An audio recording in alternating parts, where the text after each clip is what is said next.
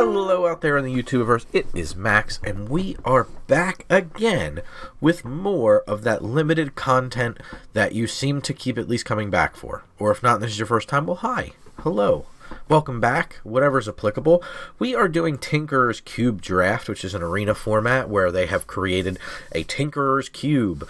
So the concept being pretty simple, that you are trying to build a kind of a little synergy machine. That is your goal, and you are trying to have different pieces that all link up and do a specific thing, as opposed to just kind of like powerful cards, which is the standard model for the like more general arena cube that they've been doing the past, I guess, couple years now. I think this was our third arena cube that just went by, so maybe a year and change. But each of the seasons, when things get a little long in the tooth and we're kind of waiting for the new set to come out, right now we're waiting for Kaldheim to come out. So to buy us some time and give us a little bit of variety, Arena gives us a cube. This one is the Tinker's Cube. So pretty cool to see. We are waiting for the queue to fill up, and we will try to draft this thing. So my general thoughts going into it is to try to stay away from multicolored cards right out of the gate, and to try to just see what's open as things proceed. So we'll see if we can do that. I do like picking up components that help us go towards an archetype. That's helped a lot. So we'll see what we get. We have a Machias, a Hanged Executioner, a Sarah Ascendant. Let me see what else catches my eye here. Card that's overperformed for me, that's not a first pick, but card that's overperformed for us on the stream, which if you're not familiar, every Sunday night, 8 o'clock Eastern, over on twitch.tv/superliminalfilms, we do arena streams, was Wilt. Card was really good. This is a grindy format, and it's going to take time no matter what deck you're in. There is aggro. You can aggro. No question, you can aggro.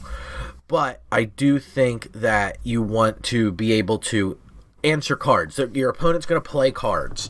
There's no doubt. Unless you're a really dedicated aggro deck, your opponent's going to be playing cards. So it makes sense that something like Wilt would be good, because there are a lot of key enchantments, pieces of removal, little engine parts that get things moving. Like I told you all out there, it's kind of a synergy format. So that really helps. I'm going to first pick Weight of Memory. It's the only blue card in that pack, and it's also very good in a long game. So I think that is a nice, keeps us open. I mean, pushes us, obviously, it's double blue pips, pushes us towards blue, but it's not so far into blue that we have to, like, oh, this is what we're playing for sure. We could go out of it. It doesn't matter.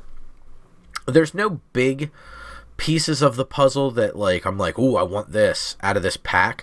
There are some good engine pieces with Opt and Witching Well, as well as Hollowed Fountain. I like all of those things. So I think I'm just going to keep it simple and go with either Opt or Witching Well, one of the two. I don't know if there's a specific, there's like non-creature kind of components. There's some instant or sorcery matters cards. The Well is not bad. It does pretty good in the early game and the late game. It's also an artifact for anything that matters with that particular piece of the puzzle. So I'm going to go ahead and take that. We'll pass a Hollowed Fountain here. And moving into this pack, it looks like we are blueless, which doesn't necessarily mean that blue's getting cut. This is just distributed. It could just be the way the pack is distributed. That's not a major concern of mine. I like Jade Light Ranger quite a bit in this pack. I like Wizard's Lightning quite a bit in this pack. I also like Llanowar Visionary and Sunscourge Champion. Witch of the Moors is a particular favorite of mine. Evolving Wilds keeps us the most open. If you're not familiar with the Witch, at the beginning of your end step, if you gained a life this turn, each opponent sacks a creature, and you return a target creature from your graveyard to your hand. So with very minor life gain triggers, you can start doing some really nasty things with that particular card. Angelic Exaltation can win a long game, especially if you're in a deck where you're just kind of putting out some medium creatures, and one flyer can kind of win you the game that way, which is really cool. I'm between Jade Light and Llanowar Visionary, I think. Probably going to take Jade Light. It's a little bit higher of an upside. I do like Wizard's Lightning. I like Heartless Act a lot as well. Maybe I'll switch to the Heartless. There's a lot less black in this pack. There's the Witch and the Foreboding Fruit, which are kind of opposite.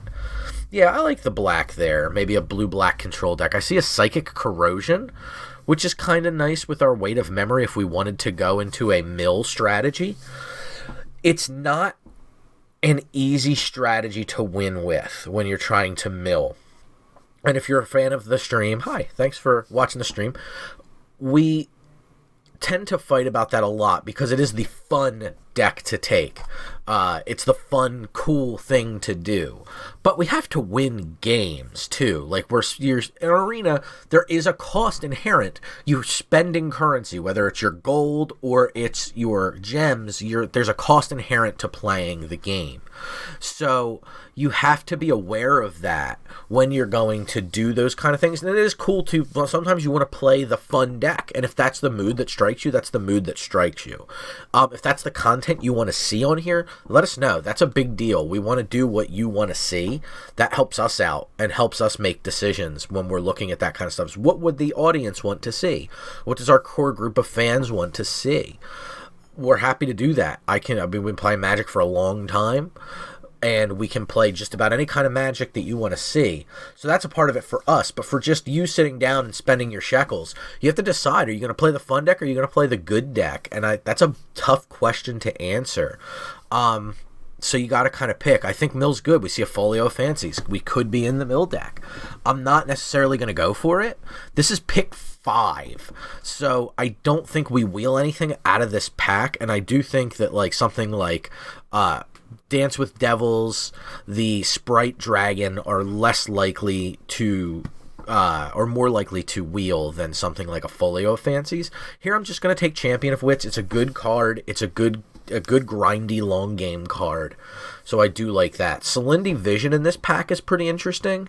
No real fixing. We could like spec on something like an Overgrown Tomb if we were going to go Sultai.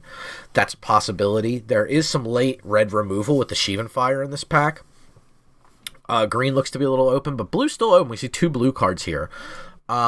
The Solindy Vision is not bad in this style of deck. We already have a piece of removal and a card advantage piece.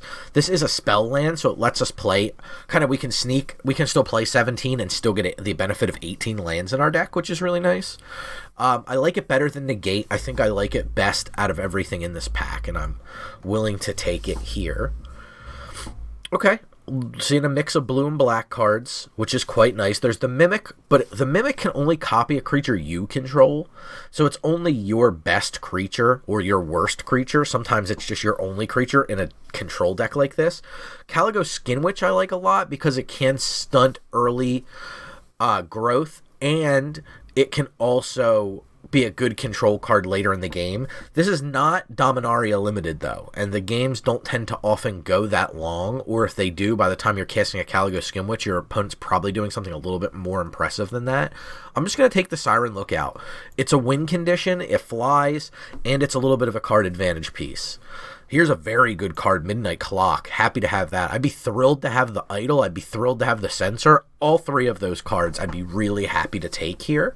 I'd even take a potential Hinterland Harbor again to kind of spec to see if we could go Sultai. Do not hate the Plague Crafter at all. Every card that's in color for us, which right now looks to be blue-black, but could just be blue-X, looks good. So I'm 100% taking the Midnight Clock here. I do want to pick up something like a Censor, a nice early piece of interaction, but right now that's not in the cards, so that's the way we're rolling with it. Here I think we can take a Pharika Spawn. It's pretty good. It's a good late game card. It's not amazing, but it's pretty good. It does nice work with the Weight of Memory. We can mill ourselves and then get advantage with the escape from the Pharika Spawn, which is quite nice. Here, I think I'll keep it simple and just take an Opt over a Mythos. This Mythos was hard to do. It's pretty good just on its own. It is a target permanent, so it can be yours, it can be your opponent's, it can be anything. But I think that just keeping things nice and smooth for us is going to be a good way to go about this. Similarly, I'm just going to take the Foreboding Fruit. Plenty of card draw now. We can pass going forward on card draw, which is really nice. I'm going to put the cat in the board, but it's still an on-color card we're seeing, which is nice. And here's what we talked about, Dance with Devils. Didn't expect to see Precision Bolt, but Dance with Devils not really too surprising to see. I think it's a good card, but I don't think it's that good. We can kind of see that the aggro color of red is not doing so hot. Star of Extinction is actually quite good if you can cast it. If you're moving your mana pretty quickly, that card can be pretty gnarly. Okay.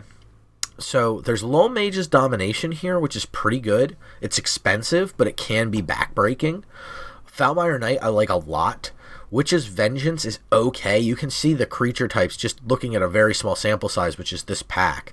Cat, Elemental, Human, Wizard, Spirit, Zombie. Like, you're not going to hit a lot with Witch's Vengeance here. This is much better in the Throne of Eldraine Limited when there were a couple prominent creature types that you could hit. But for now, I think I'll just take Foulmire. It's good early, trades with things, does nice late game. I like that. Quite a few things I like in this pack. I like the Agadeem's Awakening. It's a nice finisher if we need it. It's also, again, a spell land, which is quite nice. We don't have the most creatures ever, and our creatures are pretty utility. We don't have a win condition creature yet. I don't think that we have enough spirits to really make the Shacklegeist work. The Brineborn Cutthroat's not bad in a control deck because it lets us hold up Counterspell or Brineborn Cutthroat. That being said, we don't have a lot of counterspells yet. So we really need to think about this pretty carefully, and we don't have a lot of time to do it. I'm leaning towards the Cutthroat or the Awakening. I think because of triple black, I'm going to take the Cutthroat here. If we pick up counterspells as we go along, that will help a lot. Dinrova Horror. So here's where the things can go differently, and here's kind of decision points as you draft you need to be aware of. Dinrova Horror is a nice card. It's not an amazing card in this deck, but it's really good.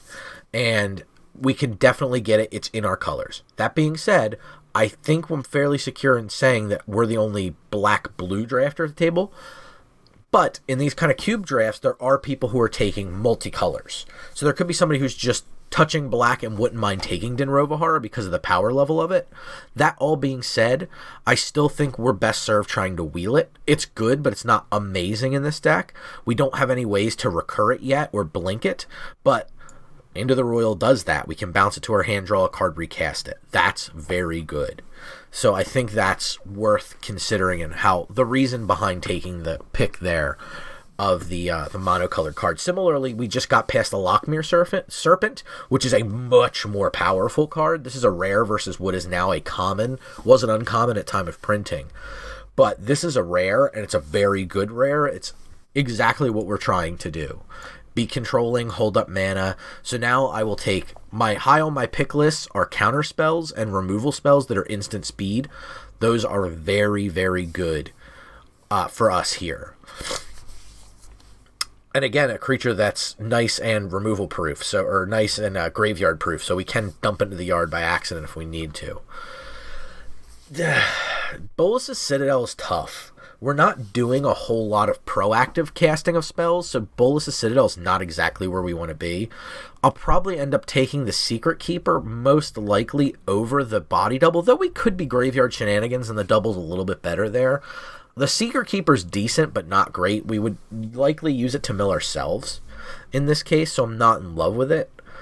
Here, we have some options. I think our pickup's going to be Castle Vantress, but I do like the idea of possible Status Statue if we got the splash, but we did pass in the first pack a lot of lands that would put us into Sultai easily, and you can see so far we're not seeing much in the way of fixing, so we really need to be aware of that as we're taking cards. Shipwreck Dowser is kind of perfect for this deck. I do like Piper the Swarm a lot.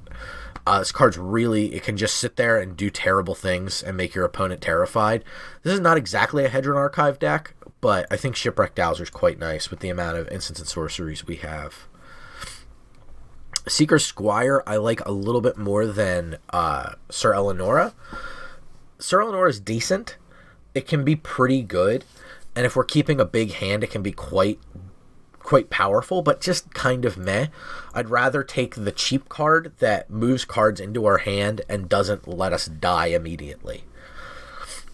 Here, I don't think there's much. I'll take the Low Mage. I don't know if it makes the deck or not for sure. It's very slow, but it can be quite powerful. I think here we'll just take a Guild Pack Informer. I'm going to put it in the board because we're not exactly proliferating, but we are playing traditional, so we are going to get 3 games. Threnody Singer is decent. It's another good flash creature, and I think that's kind of what we're on here. Farika's Libation, also pretty good, but a more expensive Edict. I'll take probably Veto, just in case we need him out of the board. We'll take Bolas' Citadel. It's on color. It's, again, we're not a Bolas' Citadel deck, but Illusionist Stratagem is a little expensive for what it does. This is the blink effect, though, we were talking about us not having when I was referring to Dinrova Horror earlier, and we noticed that did not wheel. So that's something to keep in mind. But that's kind of the blink effect that you would need. Here, I see a Revival Revenge, which is okay. We're not exactly looking to get cheap cards back. Mechagodzilla is okay, but not great for this deck. It can be pretty good, but it's not fantastic. There's no real fantastic card in this deck, or this pack. I think it's probably going to end up being either Mechagodzilla or Chainer's Edict. Leaning towards the Edict because of the graveyard synergy almost exclusively. Again, it's something we can dump into the graveyard if need be, and we can use it again, which is really a pretty attractive offer. What I'd really like to see is fixing and removal. Here, there's Enter the God Eternals. So this is tempting to take because it's a removal spell, and that's what we're looking for. It also adds to the board, which is nice. And again, I will note that Dinrova Horror did not wheel. So there could be another blue player at the table who is just splashing that Dinrova Horror. I don't want to give them Enter the God Eternals. Normally, I would probably just hold off on Enter the God Eternals a little bit and just be like, we'll see if it comes around. There was other cards that were very pickable in that pack, but I think that because we got scooped on our Dinrova Horror, that makes me a little bit more hesitant to pass something like that. Here it looks like Chart A Course versus Lonely Sandbar. I think I'd rather have the Sandbar in this particular deck. So we're not getting good fixing, but we have a couple pretty good utility lands that help us go late. I see an Unsummon, an Aven Eternal, a Falkenrath Noble. All pretty good. Entomber Exarch is also quite nice. That's the card I'm probably leaning toward, but double black again scares me. We have 0 fixing, so I really don't want to go too far into that. I like Unsummon as cheap interaction. There are a couple cards we wouldn't mind bouncing for a single blue and being able to recast. Even Eternal's just kind of an okay flyer. We already have, like, Siren Lookout. We have Frigga Spawn. So we have, like, some okay middling cards. I think I'll just elect to take the cheaper interaction. It doesn't look like we're going to get a counter spell here. I see a Drowned Catacomb, and I basically have to take that almost over everything. And there are quite a few things. Erebos' Intervention, Talrand's Invocation, Water Knot. I'd even take Spark Double or Contentious Plan here, but I gotta have that fixing. That's just too good to pass at this point. I see a Drown in the Lock, which is exactly what I'm looking for. Cheap interaction that lets me stay alive if need be, lets me counter key spells. That's kind of what I want and kind of what I'm missing is the cheap counter spells. All I've seen so far, we passed a Negate, we passed a Censor. So I don't think we've seen an overabundance of these cards, but I do think that we need to make sure we're looking at that. The Harpy's kind of interesting with the deck we're building. It's an enabler for mill, but it's expensive. I like the Quasi-Duplicate, but we don't have a lot of good cards to copy. Thassa's Oracle's also kind of medium, but it's cheap. So I'm going to put it in the board for now, and we'll evaluate that card as we go. But I don't know if it's quite good enough. 2 cards I really like in this pack, Augur of Bolas and Sailor of Means. I just want to do a quick check on my instants and sorceries. Instant 6, sorcery 5 is 11. I think that's enough to constitute Augur over Sailor. I like the 2-drop and 1 point of toughness different, not that much. I'll take Revival and Revenge. I don't know for sure that's the right pickup. Reassembling Skeleton or Deathbloom Thallid versus Gravebreaker Lamia. Gravebreaker Lamia is actually kind of good. It's got lifelink, and there's a couple cards in this deck we can ditch into the graveyard, and it doesn't really matter to us too much. Here I'll take the Unbreakable Bond if we need it. Again, it's a possible. All right, cool. We got the Aven Eternal. We'll look at it. Spark Double and Contentious Plan. I don't think we're a Spark Double deck. I'm still fairly secure in that, so I'm just going to take the cheap card draw. Both of these really unplayable as they're not in our colors, and again, we're pretty solidified black-blue at this point. So that's interesting, and we're just waiting on our last card, but that really doesn't matter too much. I don't think it's going to impact us all that much. We'll take a look at what we have. Yep, Rampart Smasher. We'll put that in the sideboard. So A lot of things to look at here and a lot of different pieces to evaluate. It's definitely a more controlling deck. We need to make sure there's a couple things we need to make sure of when you're playing a deck like this. We need to make sure we have a way to win. Now, I think we do have card power. I think Lockmere Serpent, Enter the God Eternals, Body Double can help be any of those. Gravebreaker Lamia can throw things into the graveyard for us. I think we have some good power. I think we do have some good interaction, and I think we have enough card advantage to push us through the game. We have Opt, we have Witching Well, if we play it all. We have Foulmire Knight. We have Contentious Plan, which is most likely going to get cut. It's a little too weak for our deck. Into the Royal draws us a card, so it's kind of card even, but it helps. What else? Midnight Clock, definitely one of the big cards this deck's leaning on. We can throw every card in our graveyard, and as long as we can activate Midnight Clock, we'll win. We're not going to mill before the opponent. Salinity Vision helps find something if we need it. Foreboding Fruit is card draw. Low Mage's Domination, not either of those. Weight of Memory really helps in this deck. So I think we do have enough, and obviously the Serpent is annoying. It does draw cards if you sacrifice swamps, so it's pretty darn good. This has us at the Devil's Mana Base, which is really interesting. I haven't gotten there yet, obviously, to that part of it. That being the Devil's Mana Base being a dead even split of colors. We have 6, 7, 8, 9 blue sources and 9 black sources, which I don't think is correct, but we will see. So what we want to do when we're building this main deck is we want to make sure that we have the ability to compete with a deck that looks like ours and a deck that is the opposite of ours. We want to make sure we have an opposite of our deck is going to be a low-end, very fast, aggressive deck. We need to make sure we can compete with something like that. That's where cards like Brineborn Cutthroat, Threnody Singer are going to be really good. Chainer's Heartless Act. I don't know about Chainer's for sure, it being an edict, but Into the Royal buys us time. Even Eternal's pretty nice. So it's really about stuff like that. The Orzhov Enforcer as well as the Seeker Squire are both very helpful against that particular style of deck. The Foulmire Knight. So I think we have the pieces we need. I think we're going to drop... Let me see how many creatures we do have. 14 creatures, 13 non-creatures. Enter the God Eternals makes a creature. Low Mage's Domination steals a creature. So that's definitely worth noting. So I think we want to probably drop Chainers. The Edict effects aren't that strong. We can bring it in against an aggressive deck. We'll keep something like a Heartless Act for sure. That's just good removal. Same with Drown in the Lock. Seeker Squire and Orzhov Enforcer are both very good in a lot of matches. I think Threnody Singer is okay. The flash, I think, saves it. And this is definitely a deck that wants to be flashing things. Not completely. I would love to have another counterspell or two in this particular deck, and I think that's kind of the big weakness for it, is it's just lacking on counter magic specifically. But we have a little bit, and we have enough we can recur it. We have enough we can hold it up. We can hold up removal. We can hold up card draw. We can do a lot of things. There's a lot of options here, and we can recur them with the Shipwreck Dowser, which works really good with Into the Royal. We can keep drawing cards, getting back the Dowser, playing it, getting back into the Royal, and create a little bit of a loop there, which is really good.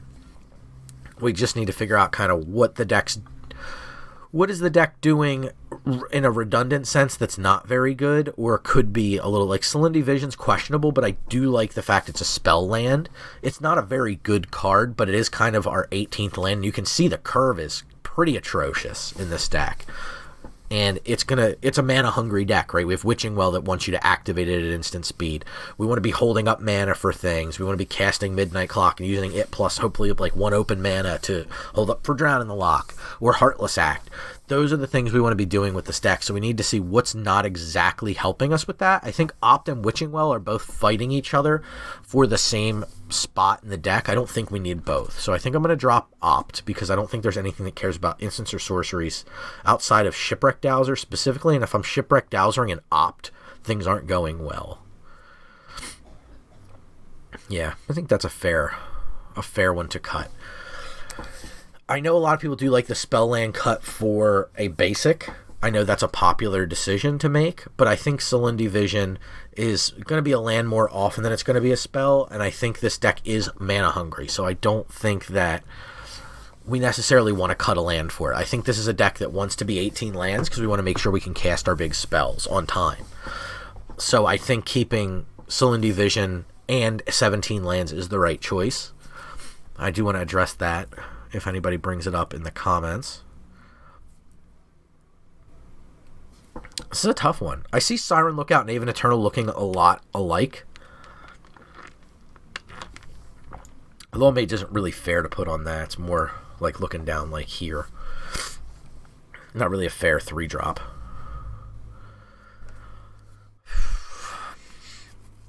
I don't necessarily want to touch the 2s. I think our 1-drops are fine. Unsummon's probably the most questionable 1-drop we have because there's not a ton of stuff. There's the Dowser, which you can, again, soft loop, unsummon, and Dowser, so you have like an infinite blocker that's a 4/4, which is okay, but it's not like amazing. But I might have to go. It's just a little too weak, I think. We need to watch our instants and sorceries. We have 8 total now, and I don't think we can go much lower than that. Normally, you want to watch your creature count, but in this particular deck, we want to fire with Agent of Bolas. We want to be able to have a target for our Shipwreck Dowser. We want to be able to do that with some regularity. So we have to be careful there. So we're just trying to find... I think it feels like it's Siren Lookout versus Aven Eternal that are fighting for a spot. I think I'm going to elect to go with Siren Lookout because it's card smoothing over the Aven Eternal, which is just 2 bodies at once. And there are definitely going to be matches where I want the Aven Eternal because I want those 2 bodies in 1 card. But I think on the whole, I'm generally going to want the card in hand more than I'm going to want a 1/1 token. But like I said, that against the aggro deck, that's 100% not going to be the case. I'm going to want the double on board. I'm going to want the tempo because I have to keep up with what's going on. So we'll see how the deck does. I think it looks pretty cool. It's definitely a deck I like to play. And we're playing against either young, old, or middle-aged Nasty Man. So shout out to Tenacious D, I guess. Drown the Lock, Threnody Singer, Champion of Wits. Looks like a good keep, 3 land. We get some late-game card draw with Weight of Memory. I think that's going to help us a good deal. So we'll see. Opponent plays Island, so likely this is going to be a similar mirror-style match. Yep, blue-black, as a matter of fact. Ominous Seas is a good game breaker. Let's go ahead and play out Seeker Squire as opposed to holding up Threnody Singer. We're under no threat right now, and cards are good. Yeah, happy to have that. Puts a 2/3 on the board, so not anything amazing, but an attacker, certainly. This could easily be opponent doesn't commit a creature spell till 5th plus turn, so we'll see. It's all about what they got, of course. We'll see if Ominous Seas gets this very good. Makes me sad that I cut my unsummon, but happy to have some other things going on. So let's go ahead and attack with Seeker Squire. And then we'll go ahead and try to cast Champion of Wits. If they counter it, great. If they don't, also fine. Brineborn Cutthroat.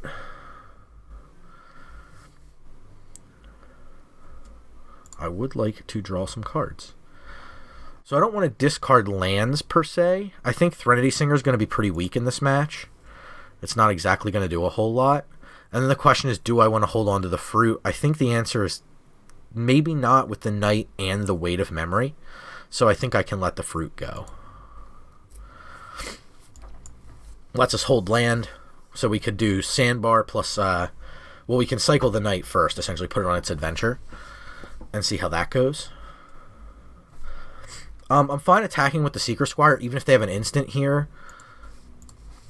That's kind of fine. I probably should have attacked with Champion as well, because I really don't care if it dies. But the Brineborn, worst case, they're using an instant. Let's cancel. Let's play... Or do I want to play around Censor is the card I'm thinking about. Because they counter both my spells. I think there's value there. Normally I wouldn't care. Like, that's fine if they want to counter it. But having a 1/1 Death Toucher on the back half, they're essentially countering 2 spells with 1 Censor. I'll make them cycle the Censor if they want to use it. If they counter it with something else, I'm fine with that. That's not a big deal. But specifically if they want to use a Censor on it, I don't want to play right into that. I also want to cast this on my turn because I don't want them to just end a turn, use a card draw spell, like Ominous Seas, I wanted to think about if they want to counter the spell, they can. It looks like they're going to. Yeah. Resolve. Sounds good. Not a problem there. See, there they could have used Supreme Will to look through and essentially Impulse, if you're familiar with the card Impulse. Do we cycle Lonely Sandbar here? I think the answer is probably yes. I know we need to hit a land drop here. We have 2 draws to do so. And we don't, of course, in classic Superliminal style.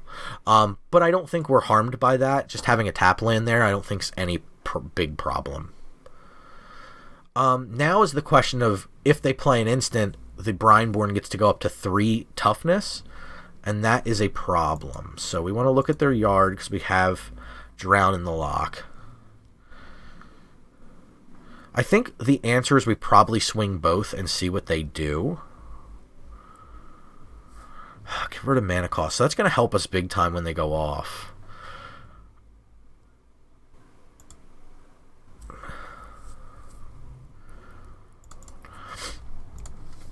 I think we'll try it, see what they do. They're going to opt. Okay, so there's the Brineborn trigger.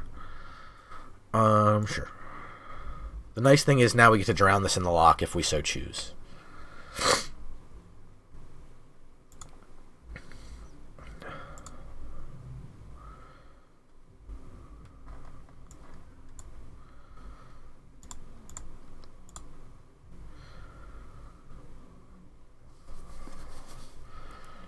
They have a drown in the lock. Okay.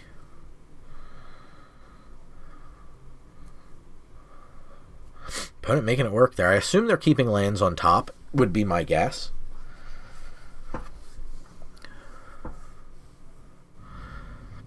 Okay. So they are a little bit more of a dedicated flash style deck than we are.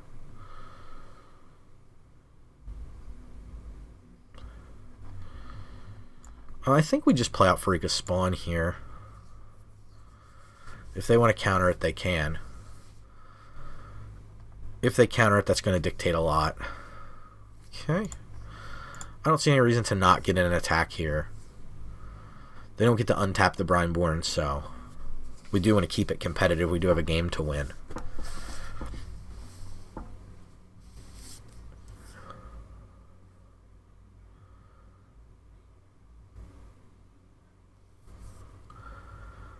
Okay, getting close to this Ominous Seas. I think it's 8 cards. How many cards do I have in the yard? I think we block here. What is the escape on this? 6? No, I'll take one more hit. We can set up Heartless Act potentially next turn. I'm interested to see what the opponent does here. Eldest Reborn. A sec. Okay.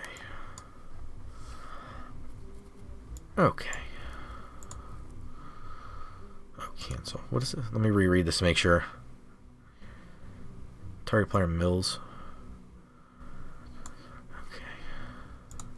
So I'm thinking we probably want to hit ourselves most likely with this mill, but I don't want to necessarily... I'm going to go for them because I want to get a couple reasons. It's generally better to hit yourself, especially in the mirror. They're likely doing graveyard shenanigans.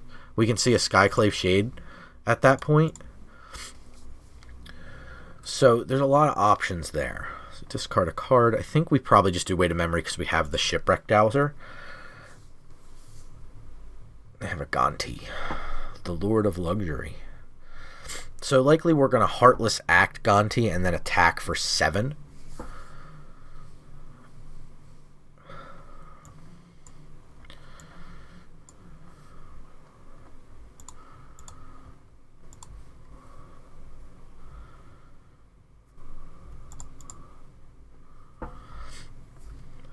So this is going to be the part where the game is going to get hard. Because now they're going to get a creature back on the battlefield. And they're going to get the ability to make a giant creature with Ominous Seas. And all that's done on no mana. So now we have to figure out how we get these last 2 points of damage in.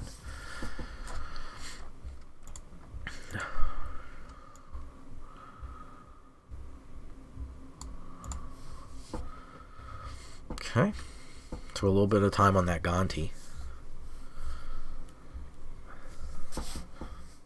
Yep, there's their 8/8. Interesting they're doing it now, because I think this could be done at instant speed. Yeah, that's correct. And they get the Skyclave I'm not super duper worried about. The Shade, like it's fine. It's a card they can cast, certainly. Using our Augur of Bolas. Get some value. Smart, too, covering ground, because if we can do anything to that 8/8, we could have attacked in and killed them. So, definitely worth the opponent being cautious. I think here we just play Champion of Wits, Eternalized. Plays around a counterspell, they can't counter Eternalize. Not with a traditional counterspell.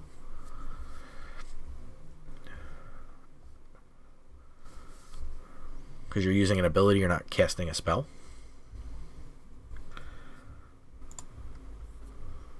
Ooh, that was a lot of land. We'll get rid of 2 swamps.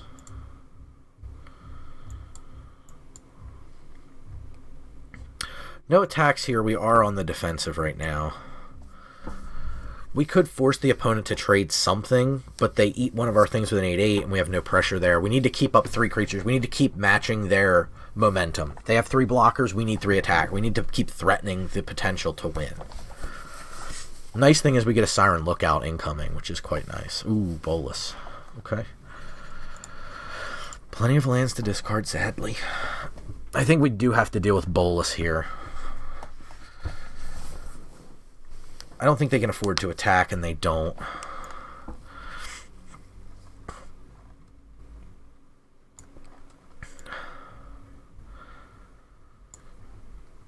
Let me cancel real quick and look at my yard.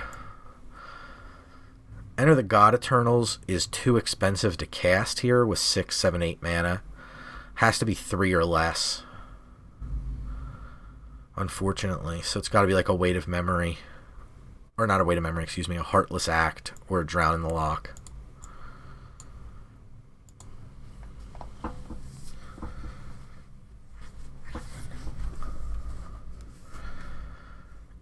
I think it's going to be Heartless Act. I think we're going to cast it while they're tapped low.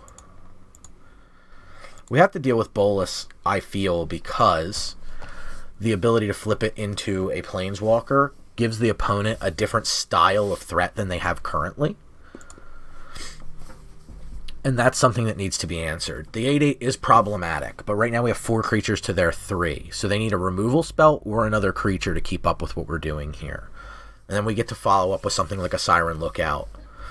Or potentially Pharika's Spawn Escaped if they block in such a way. We'll see what the next draws look like, but I don't think we can afford a Castle Vantress Scry yet, to where a land short of that plus the Siren Lookout, so we're going to use the Explorer on the Siren Lookout and have that as a flyer. We would love that to hit something, not a land, because obviously then it would be a 2-power flyer, and that is much harder for the opponent to deal with because that's lethal in the air, and they have to figure out how to handle that. So here you can see that they're looking over everything, trying to get a lay of the land. They have 2 black floating. They have an Erebos' Intervention, so that knocks them up to 7 life, which is good for them. That may open up them to want to attack with the 8/8, but I just block with Pharika's Spawn, then I get to escape it.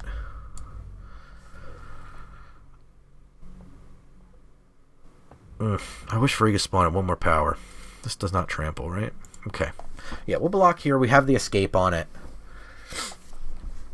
Into the Royal is nice. So they get to sacrifice a non-Gorgon creature when this comes back in.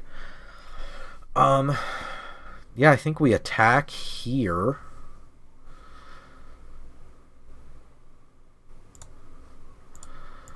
So this is actually kind of nice for us. They're forced to double block. They're not forced to double block. That's a lie. They are double blocking, it appears. And they knew about this Pharika Spawn, which is really suspect. Get rid of Threnody Singer, a Lonely Sandbar. Swamp. Yeah, that's fine.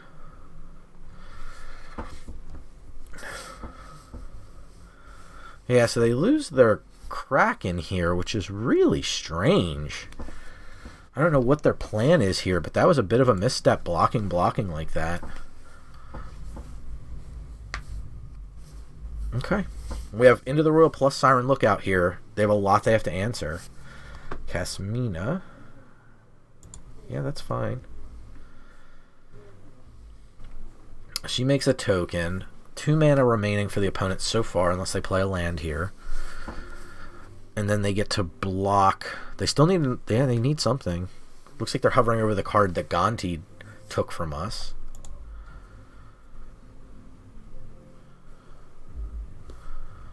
Okay.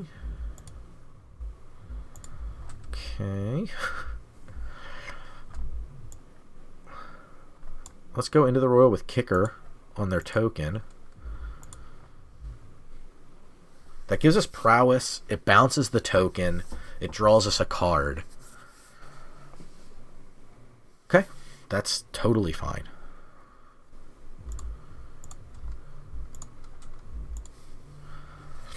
Don't really care about Casmina at this point, trying to dead the opponent. We will play land and play Siren Lookout.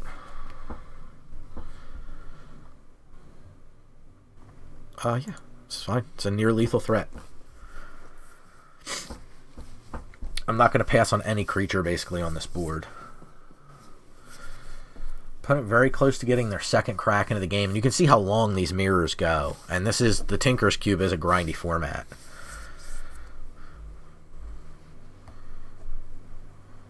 What did they snag? It looks like they're hovering. I mean, I don't know if the Gonti cards just always... No, they're definitely on it. Okay, but it's a hard white bar. Cycling Neutralize.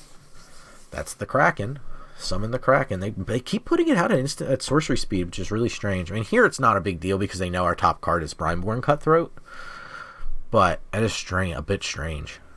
Vraska's Contempt. Back up to 5. It looks like we are back on the D. So this isn't bad. We get to Castle Vantress plus Brineborn Cutthroat end of turn, which is not bad. I don't feel like our position is... Even on cards, that's interesting. Enter the God Eternals. Yeah, it's going to resolve.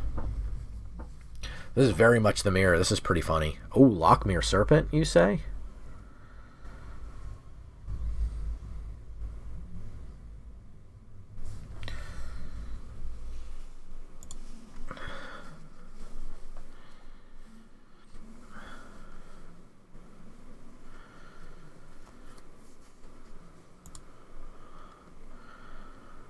No blocks.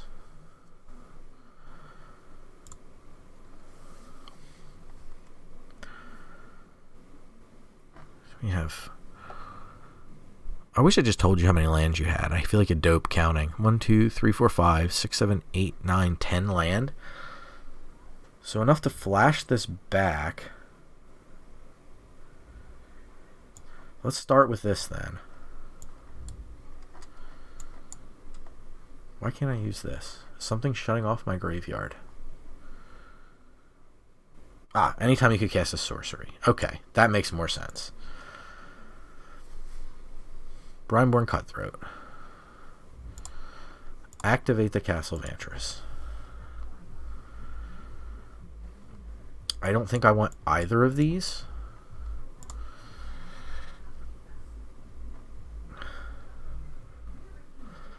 Witching Well. Not precisely what I want either. 1,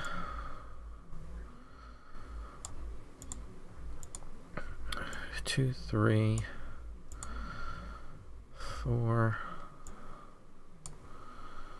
5 probably. We'll start taking the opponent's graveyard away. Targeting high value instant sorceries, things like that.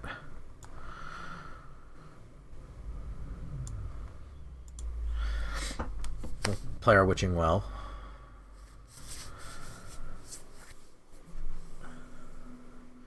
And we'll put both of those onto the bottom.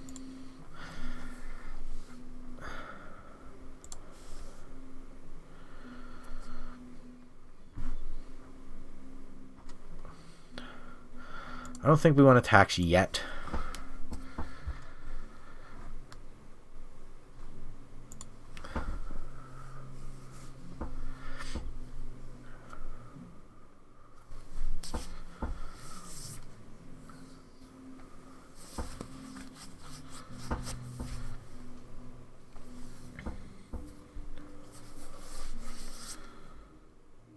That's interesting. It's close. Midnight Clock. Card's real good, I heard. 4 mana up for the opponent. Casmina not doing much.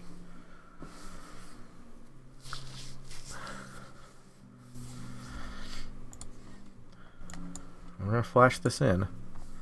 Minimally, we get a counter out of it.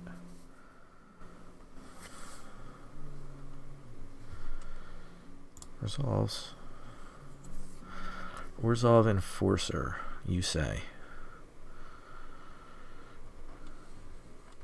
Okay, so we know most of the contents of our deck, where there's one card which should be Midnight Clock.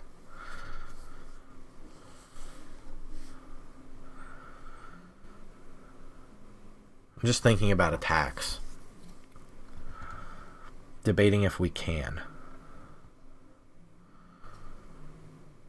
We attack with everything. They have to block something.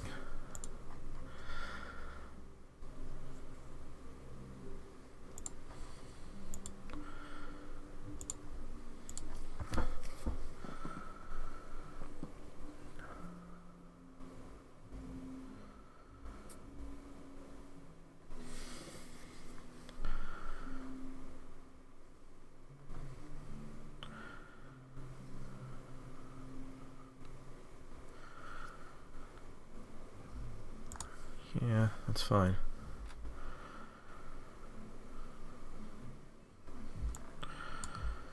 We have to do this.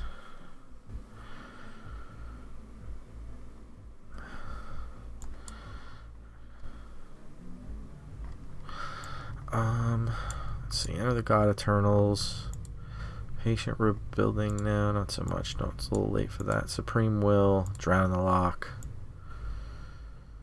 Gonti. Thassa's Intervention.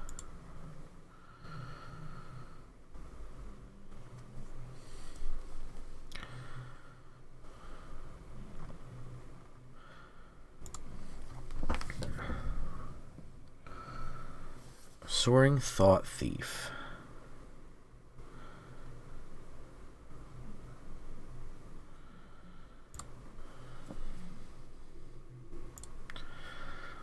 I think that means they win here.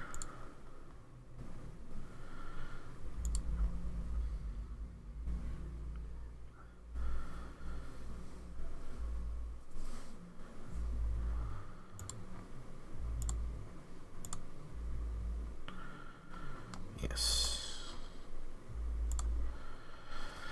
We'll scoop them up here. We knew the last card was Midnight Clock, which is an unfortunate last card in this matchup. Okay. So we know it's a grind here, so we want to take out all the things that are generally good against the aggressive decks, and we kind of saw how bad some of them look. Slendy Vision's okay, I guess, because it can be a land. So we want the heavy hitters that are good. We didn't see a lot in the air from the opponent, so perhaps a flyer's quite nice. So I'm leaning towards a possibility of the Aven Eternal. Might be pretty good. Thassa's Oracle might be a good way to win the game for us as well.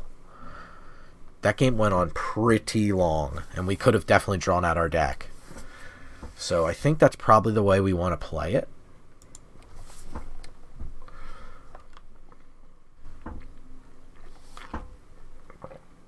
Opponent's still in the boarding. Yeah, I think the only thing we could have done there is knock them to 2 by giving the Lockmere Serpent unblockable and attacking. So we knock them to 2. The opponent still has us there, though. We have one more creature up to block, but they still flashed in a flyer. So we had 2 on 2 at that point. Plus the flyer gets in for 2. And we draw. I have to let it mill the Midnight Clock. Maybe we win that game. That probably was the smarter line to take.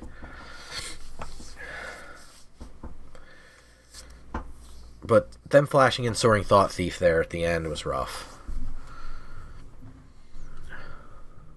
We'll play first. This is a long game for sure, but I think that that's a good hand. Question is, do we want Vision Or do we want it? I think right now we're so late on action, I'm not super interested right this moment in playing it as a land. We may need to look for something. And that doesn't seem to be changing anytime soon. Cycling Hieroglyphic, we didn't see that in the last game, so likely that came in off the board. Could have just been at the bottom of their deck. The card's very good. I like that card a lot. Then we know they have Negate. I really would prefer to resolve Midnight Clock later on, so I probably just Vision here. That's fine.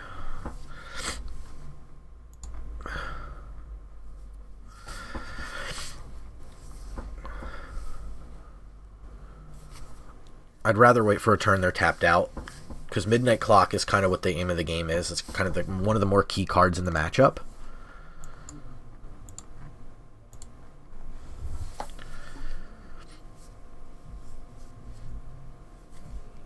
Let's see if we can bait them with a Salundi Vision. I don't see why they would counter that.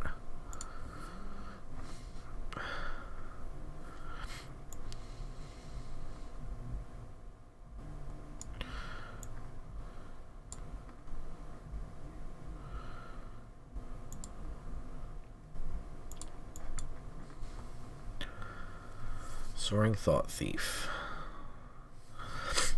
That's interesting.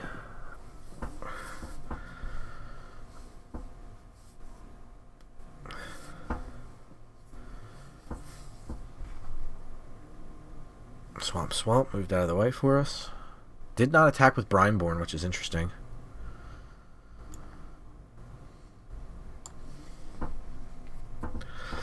All their mana up, definitely a counter spell.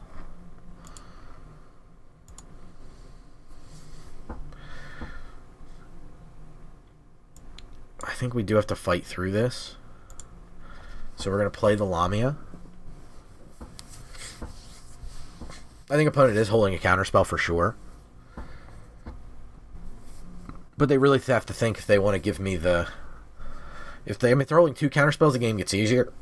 But I think by that play, it's very obvious they're holding 1 counterspell only.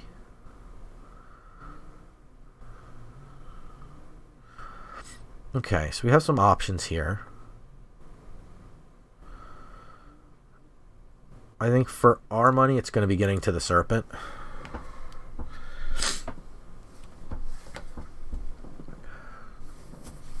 And you can tell they didn't do anything. They just took the whole turn off, essentially, there. They play a Terrarian. Takes them off double blue counterspell for the turn. So likely a Negate.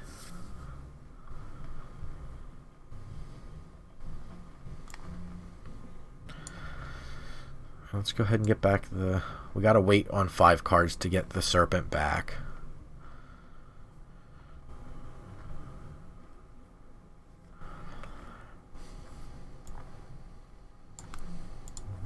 I'm gonna attack, see what they do here. Snap, go to damage.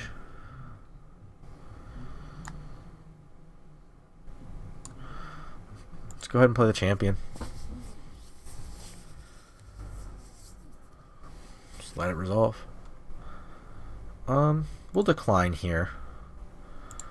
We'll end the turn. They can't really castle Lockthwain too easily.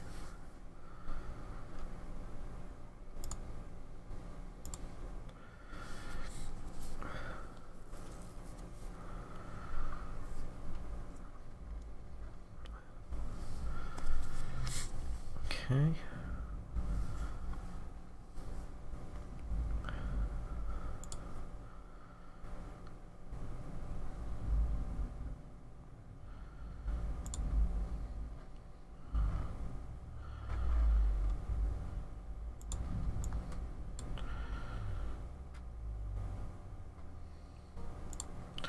We're 22. I'm not super worried about going to 16, excuse me.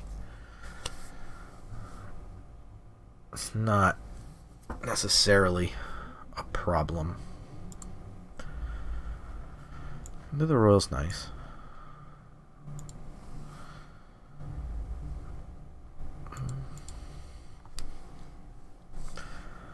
crack him back.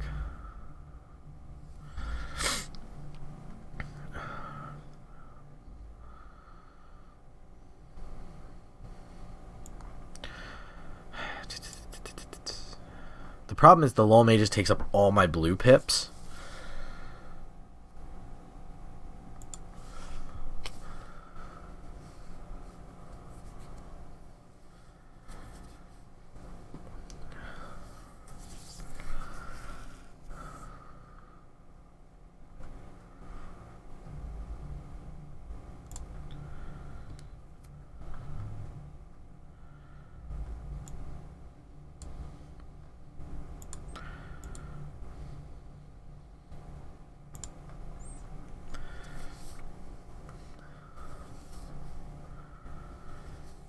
Okay.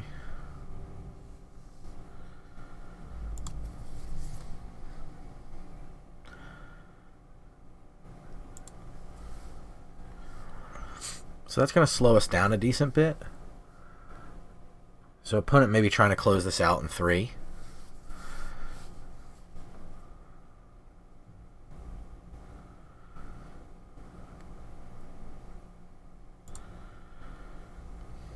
Okay.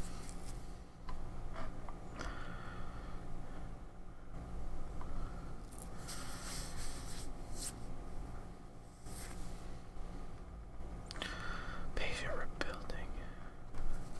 Thinking about patient rebuilding.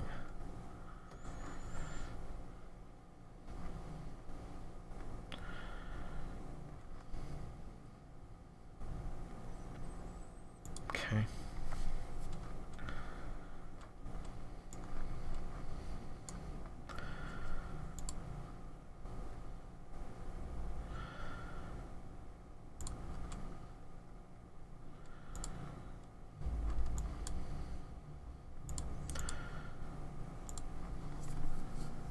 It's just insta-resolved.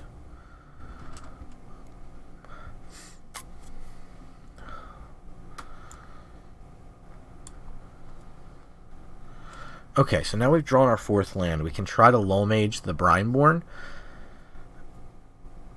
and still Midnight Clock.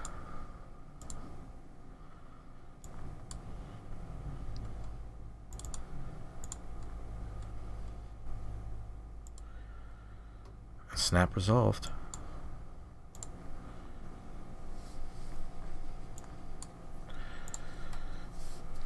Okay. Opponent took their shields down. They're going to mill these cards, so both of those are fine to stay on top.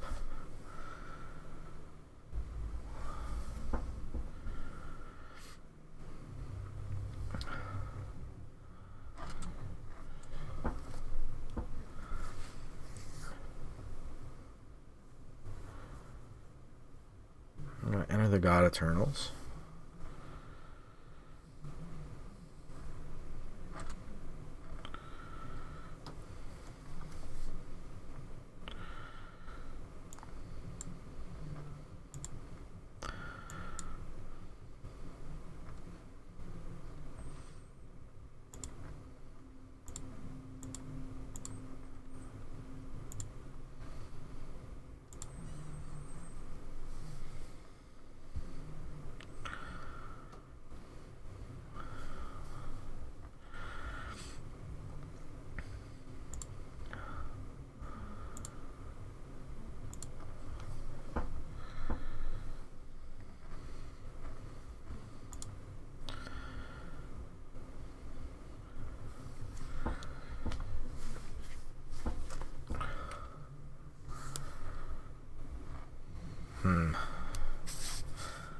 Don't think we're going to be able to Midnight Clock fast enough.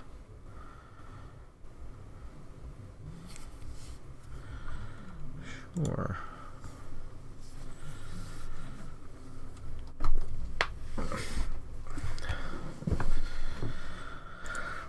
You got it. I just got to give it to him.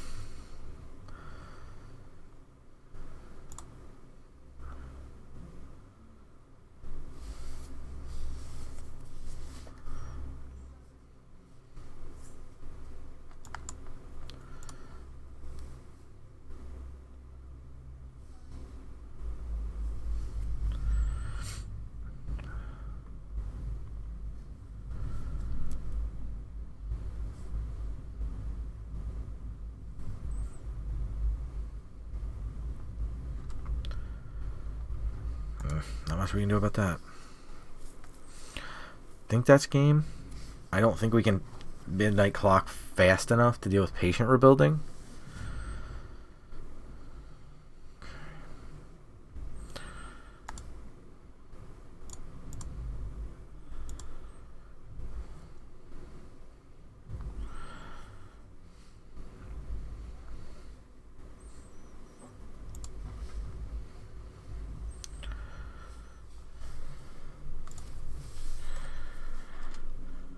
Two cards.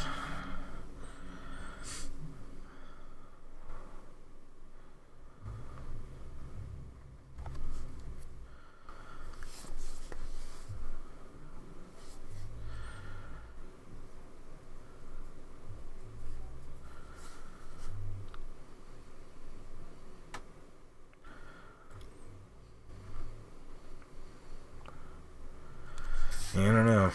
Don't think this one's in the cards for us.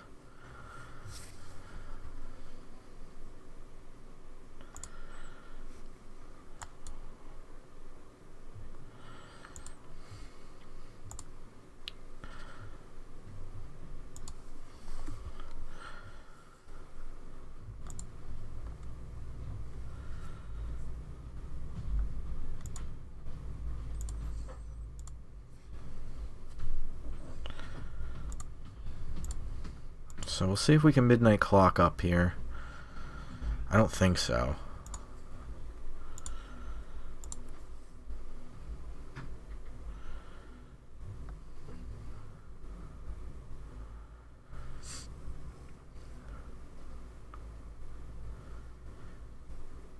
See what they have here. Manually tap for a ton of mana.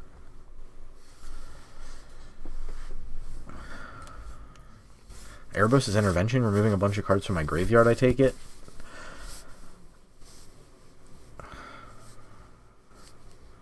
Yeah. We saw that game one.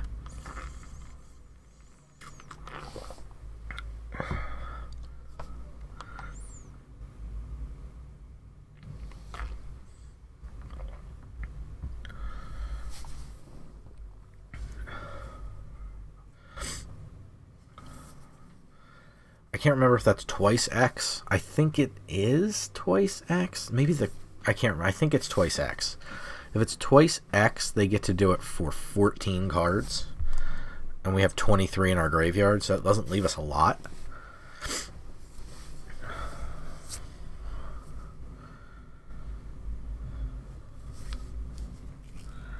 It's interesting.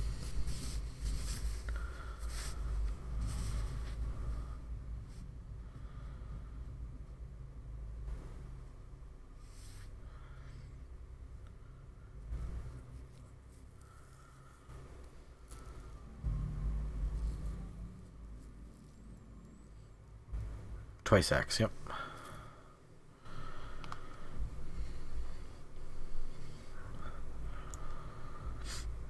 Can't play land. We're kind of prized into this because of patient rebuilding.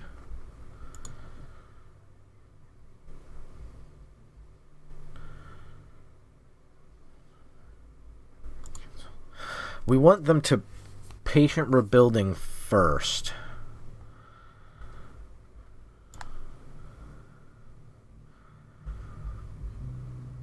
11 on their upkeep. We hit the 12th counter, so I think we play this.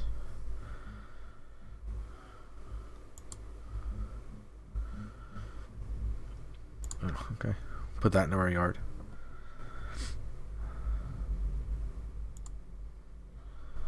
Send with the champion. And end of the turn.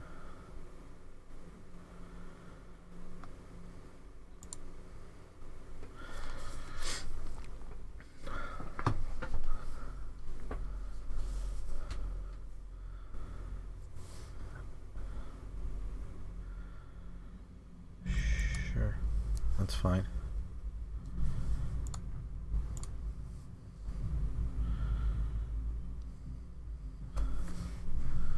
No problems there.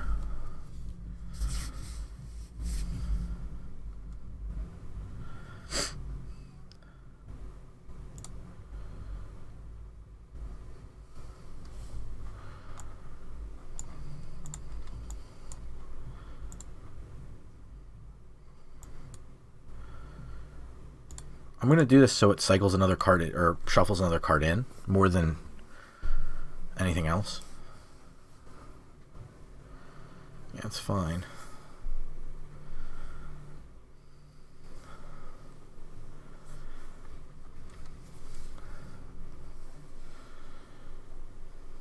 Let's use this fine.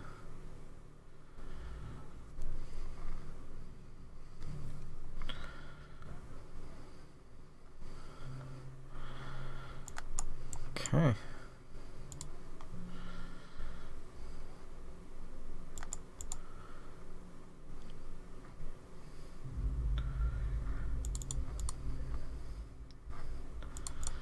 It's interesting you're not allowed to fail to find on that card.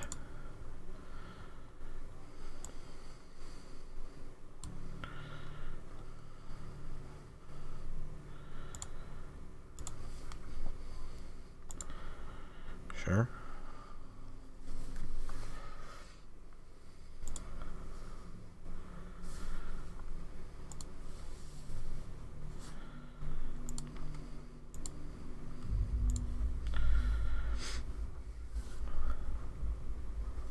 Okay. Yeah, the unfortunate thing is we're not going to be able to mill the opponent out. We have to try to beat them with resources available, and it's just not a lot. I think they're going to do 0 here. They may not. They're enough ahead on cards. We have 1 card. So I don't think we're winning this one. Brineborn and Lamia can only get in for 6.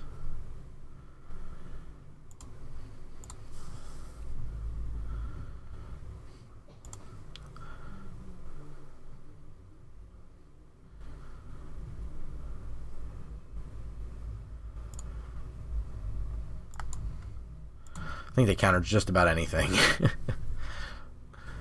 If they have a counter spell, I think they're using it.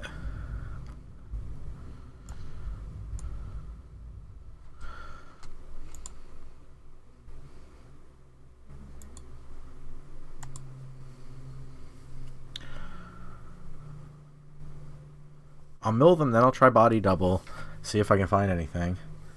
Neutralize. Yeah, you got it. Sounds good.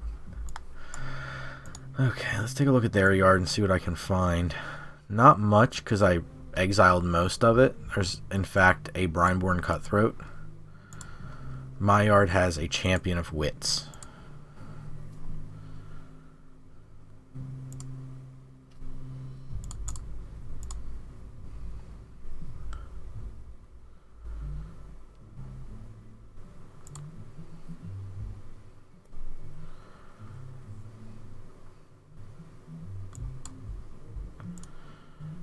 I don't have mana for that.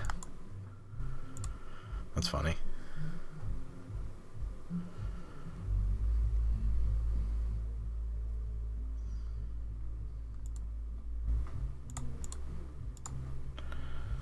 Okay.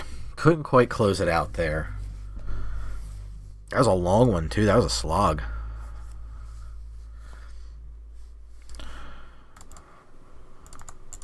Okay.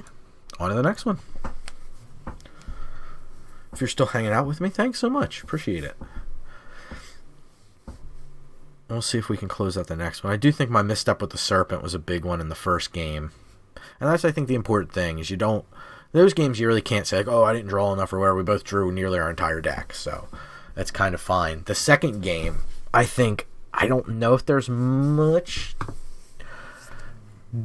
I mean, there's obviously you go back, you could watch that game and sit there and choose different lines and go to different lines, but I think all the lines were fairly sound that we went for. We just couldn't quite get out from underneath of the opponent. This looks decent. If they're on the aggro plan, we have some answers here with Bolus and Singer. If they're on the control plan, we have some card advantage with the Bolus. So, it gives us a little bit of flexibility. Domination quite slow, but still fine. Opponent looks like they're in the tank on their keeps. They have some sleeves here. They have the opposite side of a Tangled Florahedron. Okay. Green Fatties is fine.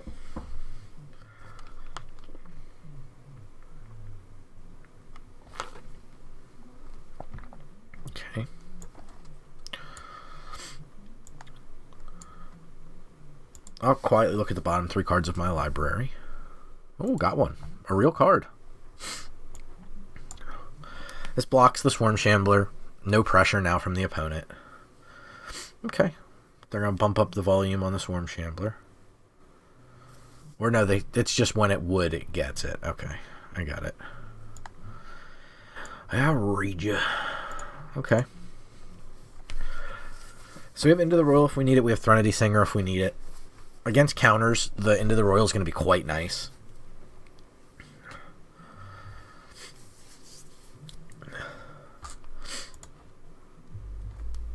So they're going to double the counters on the Swarm Shambler there.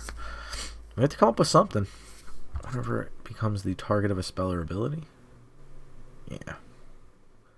Green insect creature token. Venerated Loxodon.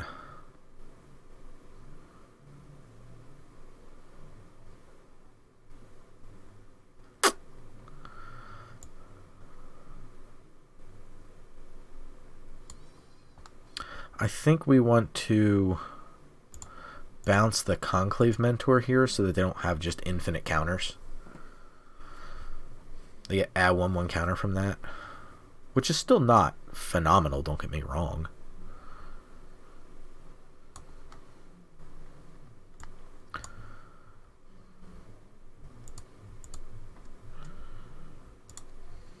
They're going to get an insect token, but I'm going to get their big guy. So hopefully this helps skew things a little bit. They're recasting the Mentor very quickly, and then Resplendent Angels. Fine. They come in, we take 4, no problem there. Okay. I think we just want Seeker Squire, hold up Threnody Singer. Gives us a little bit of information. I think Witching Well can go to the graveyard here. I don't really think we're in the market for something like that.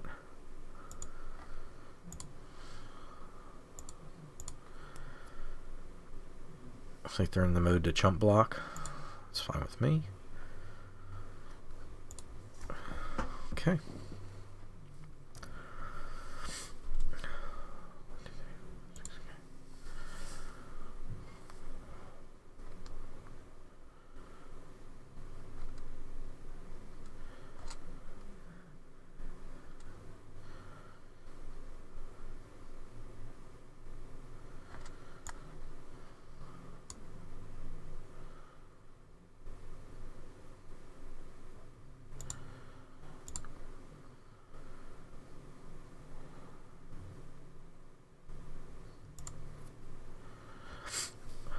I have to try to get them to activate the Resplendent Angel here.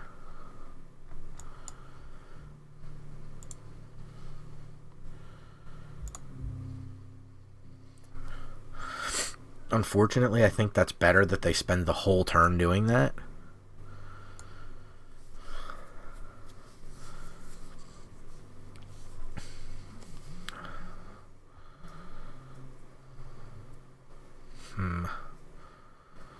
What can I do here? Not a whole lot at the moment.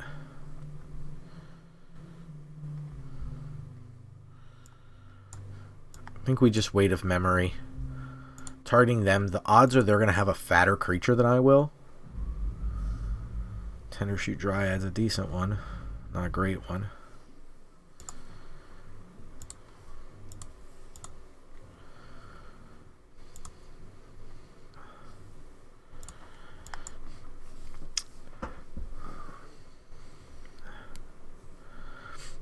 We unfortunately didn't draw anything too great.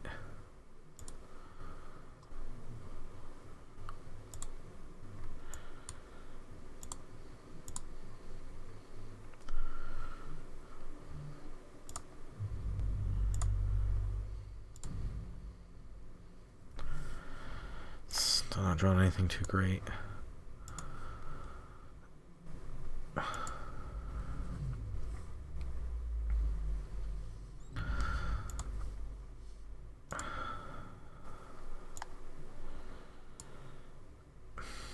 Thinking, Well, the problem is the angel is so big.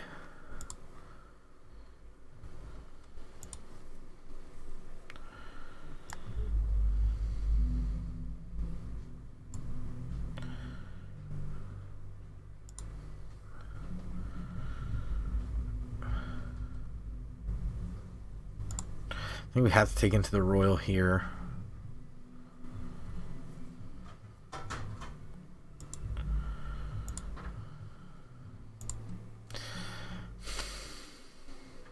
No attacks. I just don't know if we can get out from under this. If we can answer the angel, there's a chance.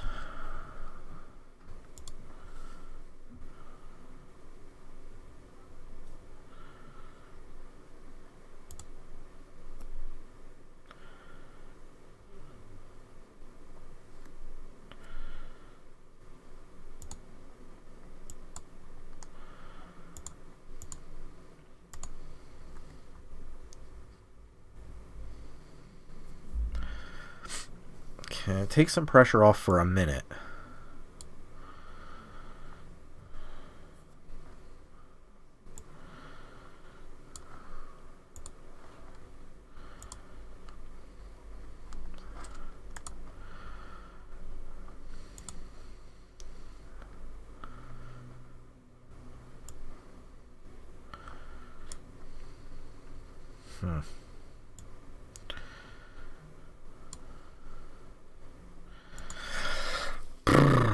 I'm thinking about the Gravebreaker and what we can do with it.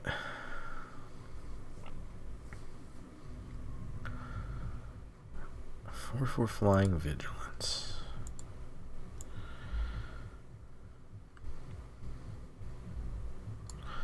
I think we have to champion here. I think we have to draw 2. God Eternals is nice. Discard Brineborn and Fruit, because I don't think we're going to have time for that.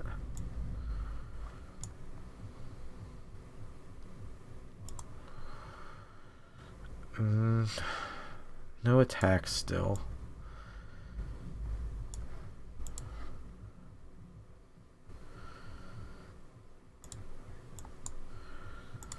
Here we just play the Lamia.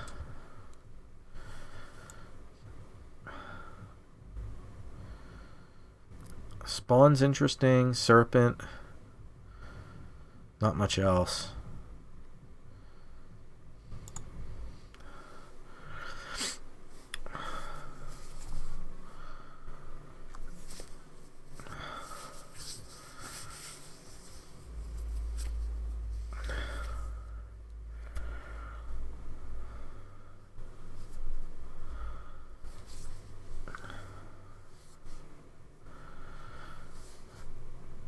Casting something else, manually tapping a lot of mana, which is interesting. Reclamation Shape blows up my Lamia. That's unfortunate. That lifelink was pretty necessary. Another flyer, which when you're at 1 life is pretty much an easy way to get lethal.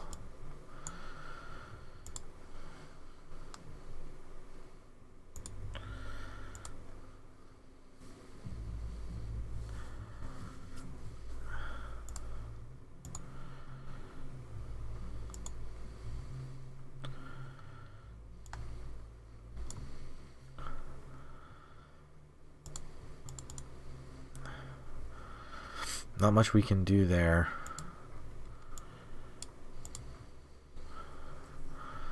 Not blocking for some reason. I don't think they realize that they're fine.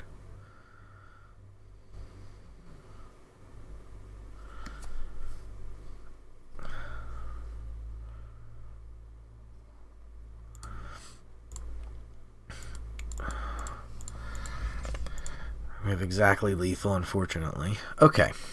So we need some interaction. Chainer's Edict's probably pretty good here because their creatures are a little bit more high investment. I don't see a lot else that could really come in. Like, flickers aren't bad per se if they're going to blow stuff up, but I think we need to be a little bit more proactive than that. What's bad against them?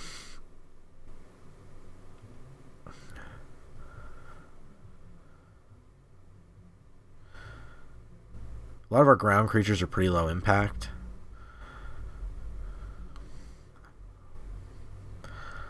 So, probably something like a Brineborn Cutthroat, maybe.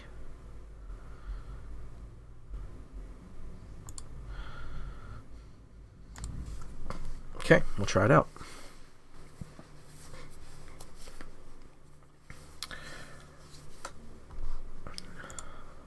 We'll be on the play. Plenty of lands, multiple drops. Looks like a keep to me. Opponent also keeps. So we got a game. Seeker Squire, pretty easy one here. Get a land, Lonely Sandbar, not bad. Likely getting cycled. We'll see. This third turn, we don't have a lot we could do. I don't necessarily know if I want a Selindi Vision. Now's the Florahedron. Oh, I'll pressure that Hedron. Okay.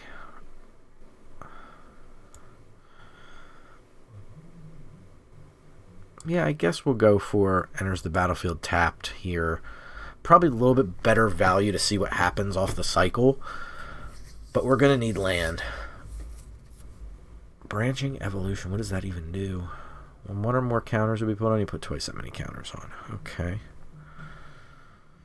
It's kind of fine. Not great by any stretch, but it's basically fine.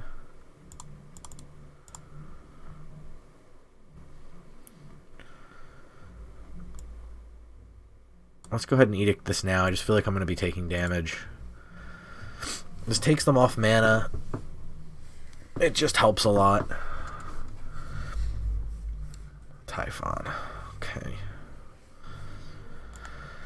Again, kind of fine.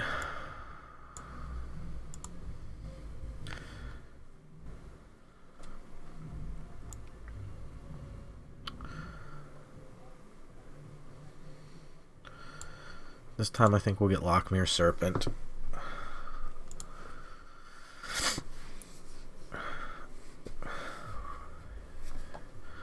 They pass turn with nothing.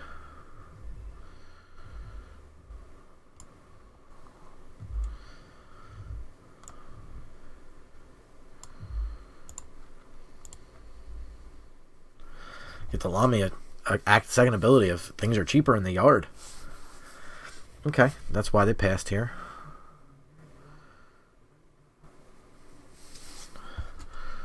So we're going to get 4 counters on this thing, looks like.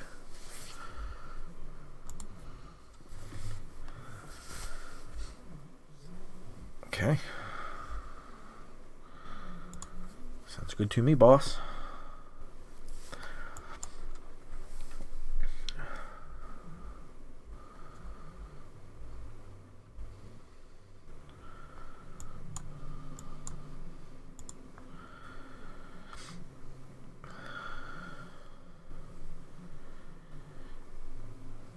Nothing to proliferate works for me.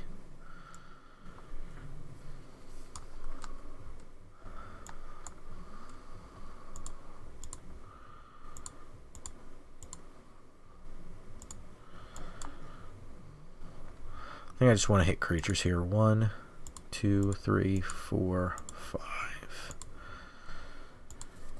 Just get all the creatures out of their graveyard here.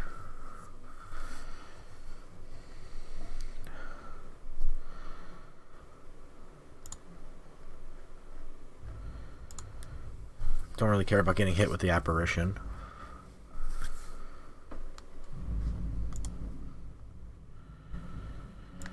Hero Vision, because I do think I want something.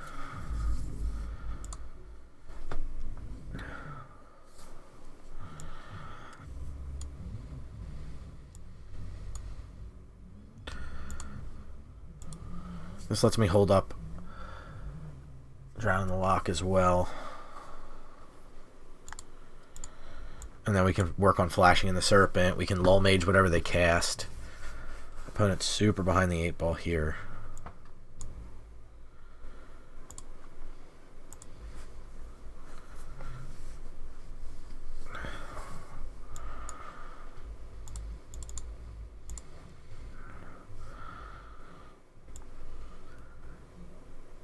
leaves me enough to flash in the Serpent. Quietly look at the bottom 3 cards. Nope.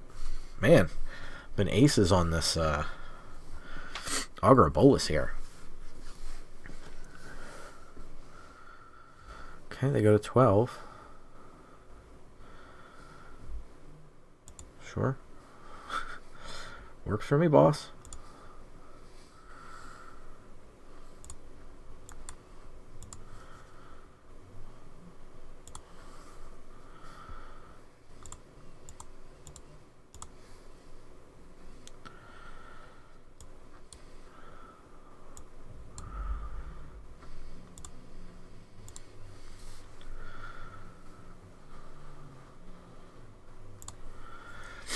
Yeah, I don't know if they can get out of this one.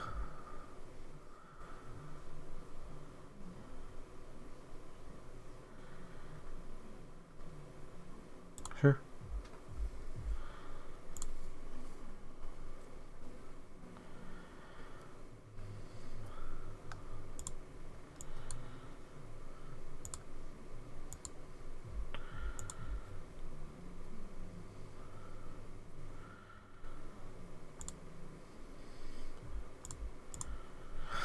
Okay. Got to see a different bit of their deck that time. I don't think there's anything... A little bit more removal, so again, the stratagem's tempting, but I feel like that's underwhelming a lot of the time. Yeah, I don't see anything that really... I mean, Unsummon's not bad for their counters and stuff, so maybe that's worth putting in here. Vision might be bad. Yeah, let's take Vision out.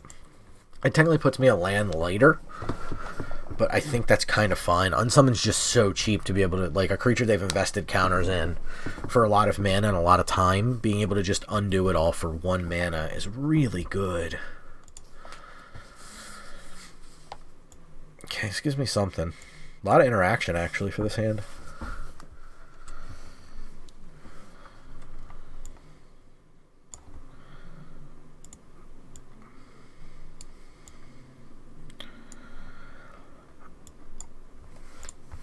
White. I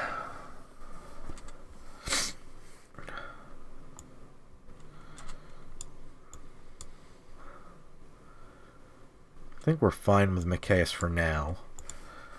Quiet look at the bottom 3 cards. Correct. That's okay. 2 of them were lands. 1 was a pretty non-important creature here. Okay.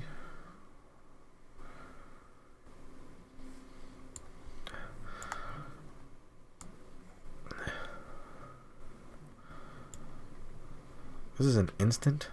Alright. Pass turn just in case they have something tricky.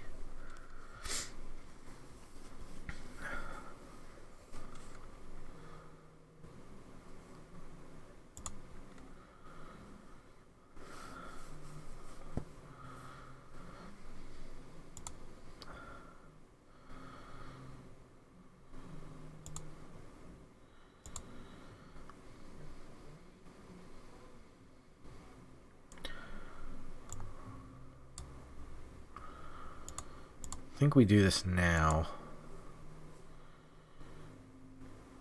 Let's them put a counter on the Apparition.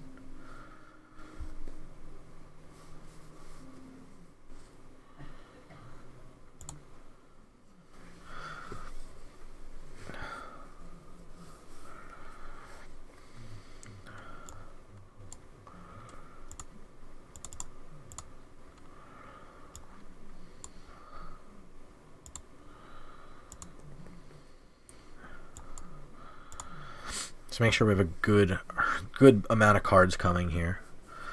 Next turn we can catch them with the God Eternal.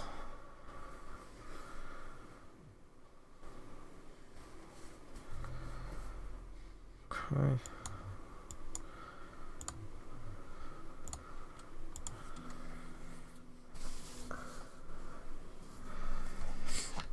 Awesome.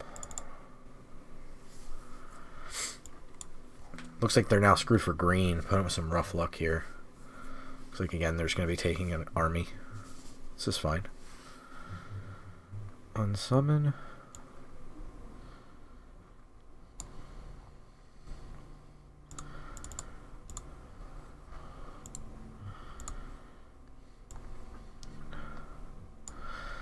I think just Shipwreck Dowser for the Enter the God Eternals puts pressure on the opponent while they're tapped low. Like, Forbidden Fruit's tempting to fill our hand up, but this actually adds and puts something in our hand. That was nice. Good draws there. Sure.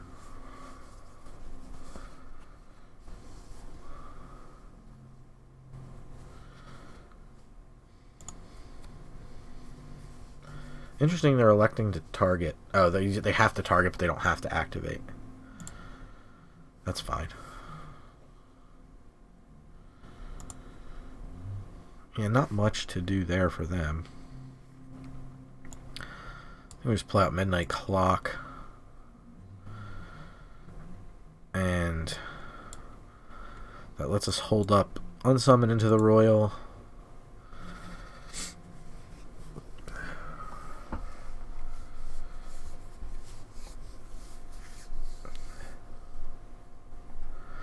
Their hand seems like it's going to be a lot of 1/1 counter synergies. Yeah, that's fine.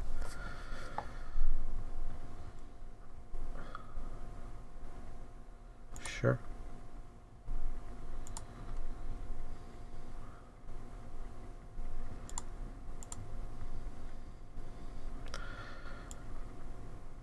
Do we want to unsummon here? Probably not.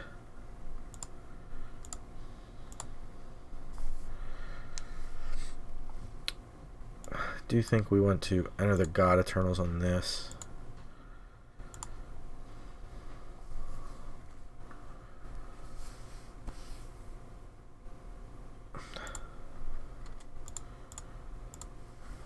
I think they have to block the 4/4 here. It's just too much pressure.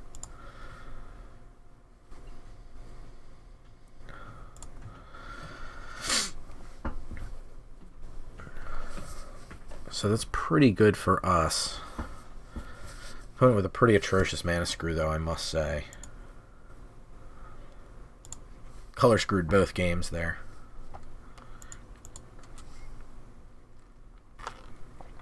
You know, Armorcraft Judge is not going to do it. We're going to into the Royal of the Jade Light Ranger.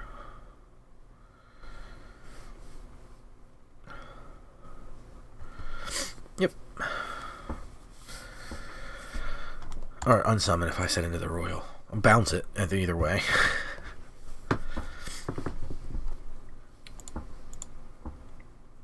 Okay. And last one. Thanks everybody for hanging in with me. Every Thursday we put up a video of something nerd related. Game generally, film sometimes, but it's all pretty nerd adjacent. If you're not familiar with our podcast, we don't plug the podcast all that much. Every Monday, did you see? Dan and I talk about cool nerd shit that comes out, news, opinions, all kinds of stuff that may have just kind of, you may have glazed over. It's a nice bite-sized little podcast, fits into your workout or your commute. If you're unfortunately going to work, please stay safe out there. But that's a fun one.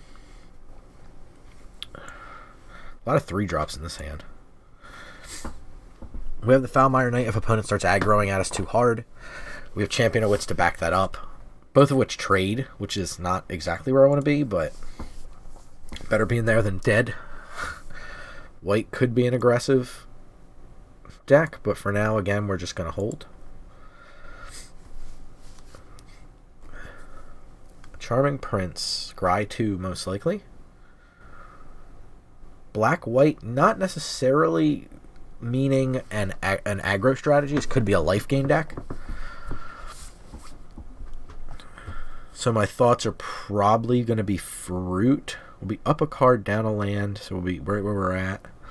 And then Fruit will put us up to 8 cards.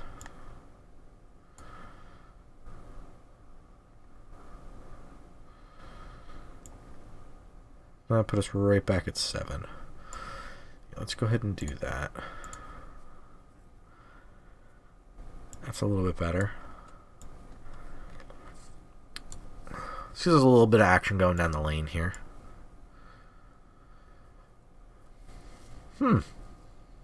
Militia Bugler on big old whiffy whiff.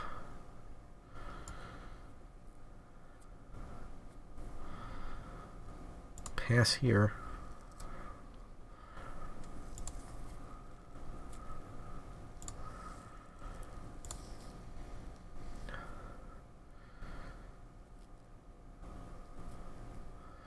Splendor Mare.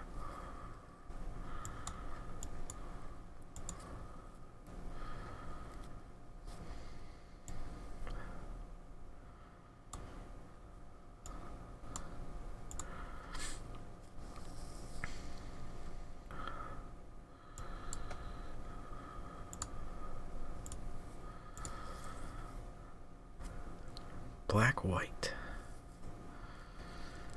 Johnny's Pride Mate. So it looks like white life gain, like a life gain aggro deck.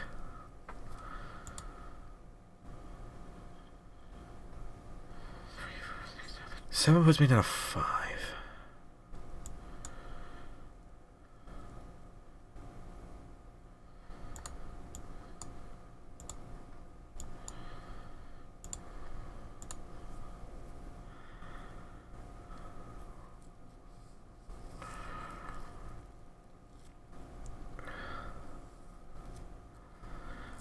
Okay. I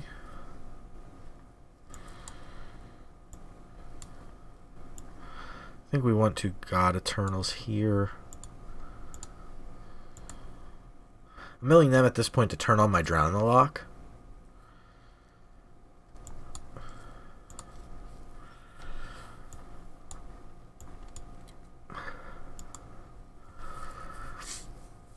Starting to get somewhere.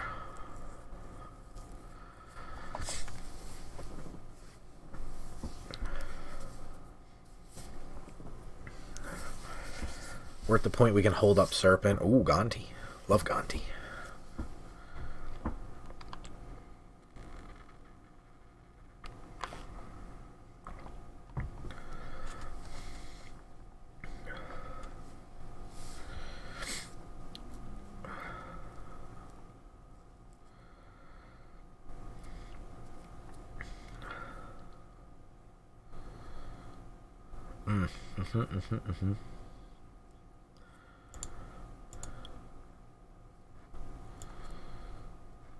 We'll end turn here.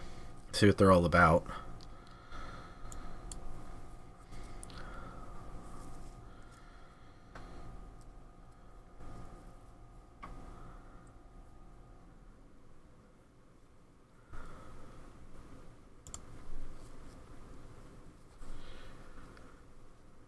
I don't really think they have attacks here. Happy to see what they think they have.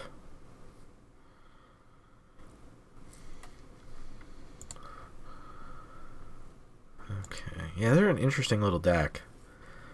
It seems like they were trying a couple different things that may not have quite worked out for them. Because I see a big mix of like some life gain cards, some aristocrat style cards. It's an interesting deck.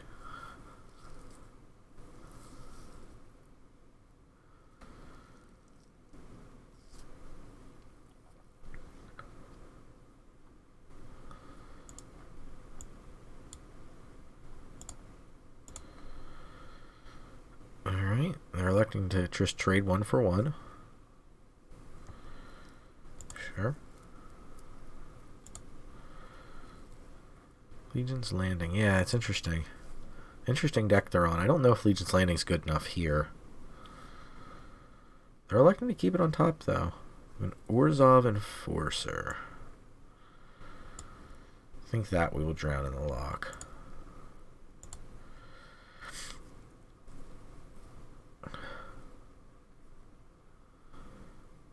Yeah, I don't really think we want to put a counter on Midnight Clock yet.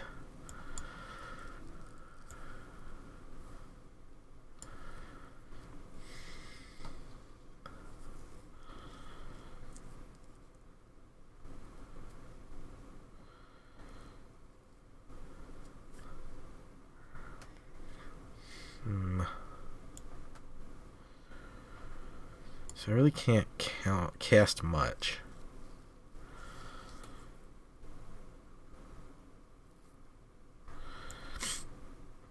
Champion puts me way off.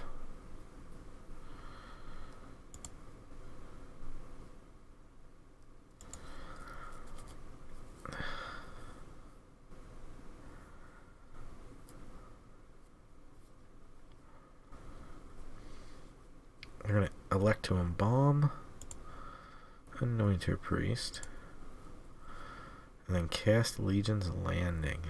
Yeah, you got me. I don't love letting that come in and flip, but...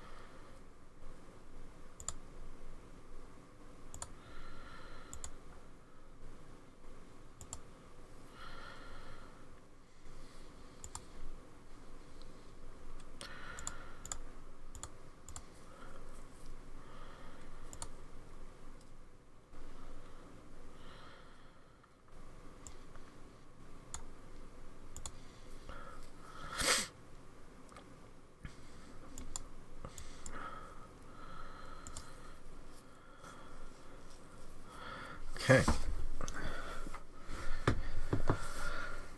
I don't know if Adanto the First Fort's going to help them too much.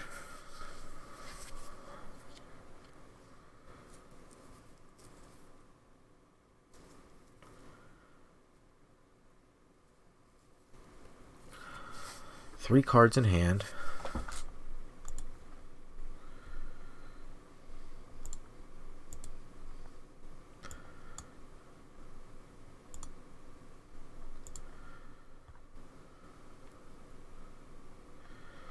Which of the Moors?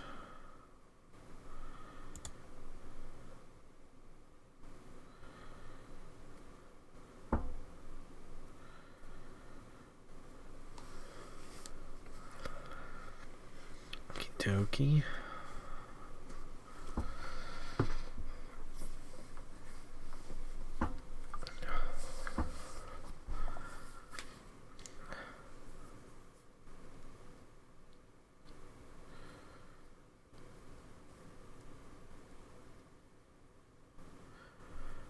Really in the tank as to what they want to return. I think it's a pretty easy Gonti, right? Could be the Splendor Mare if they're worried about more life gain.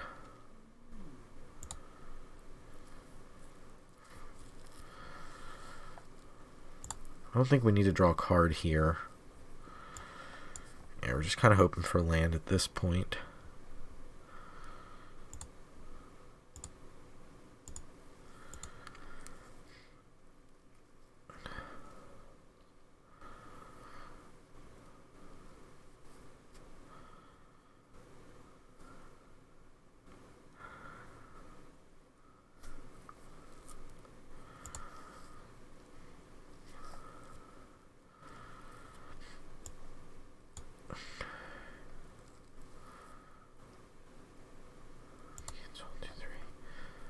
Okay, that's interesting. So I think we do want to get Gravebreaker Lamia.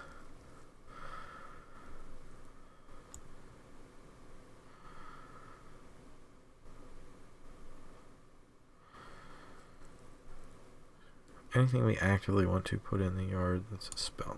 No. So just island's good.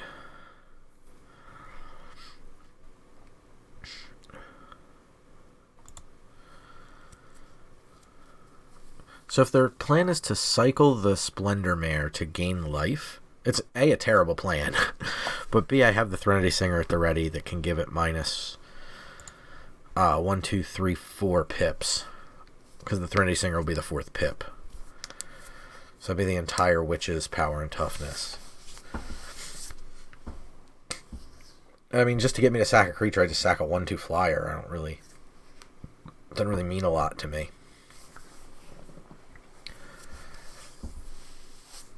There's the cycling. Yeah, you got it. That's what we predicted. So we'll see what the card they have on top is.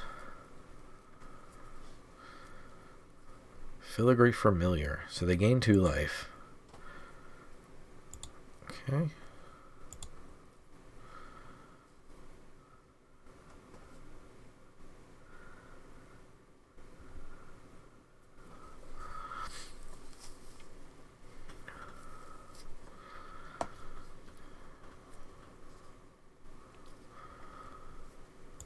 Okay, then we get back Gonti. We sacrifice Lookout.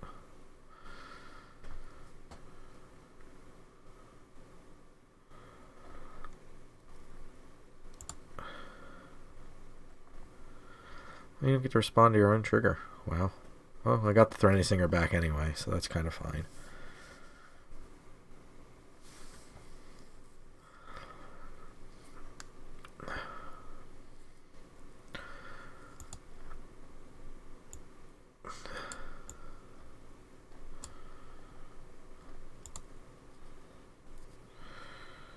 Thinking if there's any way to kill them from here. I don't believe so. 7, 8, 9, 10, 11. I can get them to 1.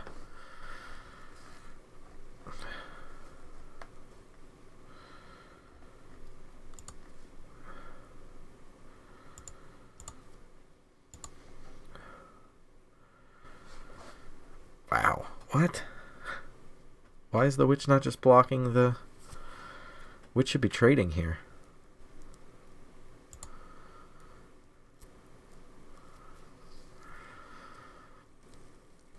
It has Death Touch. Does it natively have Death Touch? Okay, that's fine.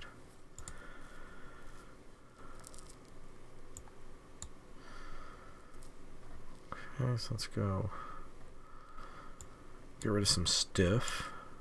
1, 2, 3, 4, 5.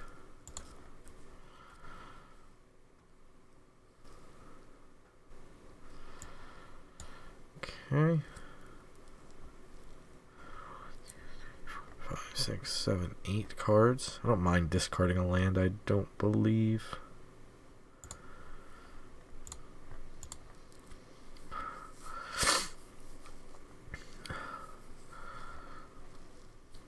It's going to be Flash in Lockmere Serpent most likely, and then Heartless Act out the Gonti. And then from there I think it's game. Unless they snag something really good, and it's got to be cheap, because Gonti's going to eat up 4 of their mana. That's going to leave them 3 mana as of now, 4 mana if they play a land. It's got to be a hell of a card on 4 mana.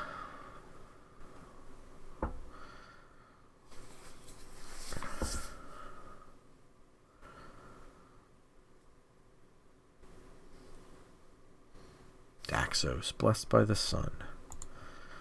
So now's Gonti.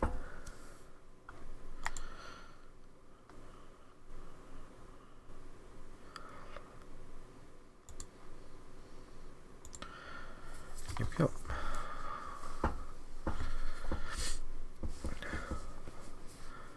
At this point now, I don't really have to go that hard. I can attack with... I can give the Serpent unblockable, attack with all of it. They have to block. Gonti can get Threnody Singered, which would be for the full amount of power it has. Daxos just eats a critter. There's the land.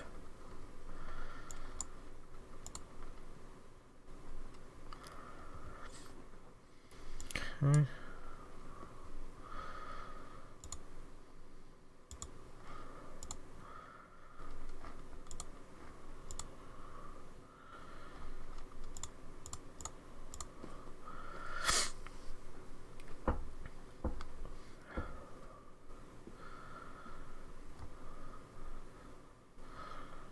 Oh, opponent.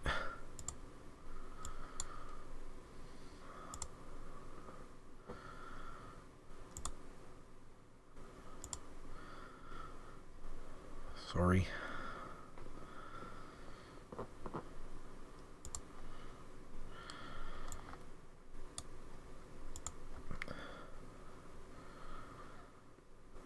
Okay, puts a land into our hand. in the turn with Heartless Act up.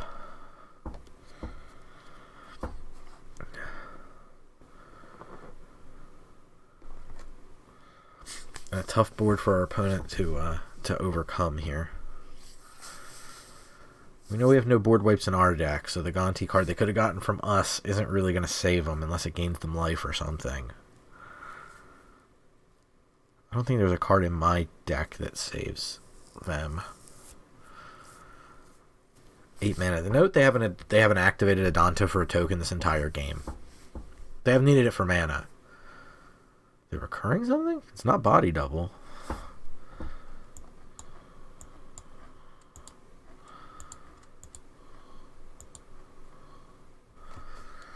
Interesting.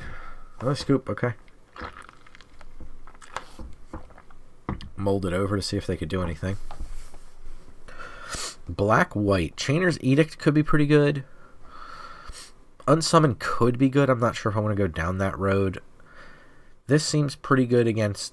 Well, I don't know. Vampire token deck. Kind of terrible. Yeah, I don't like it anymore. I don't know if there's much. Maybe the unsummon for a token. Again, just cheap interaction. We could drop the Salundi Vision.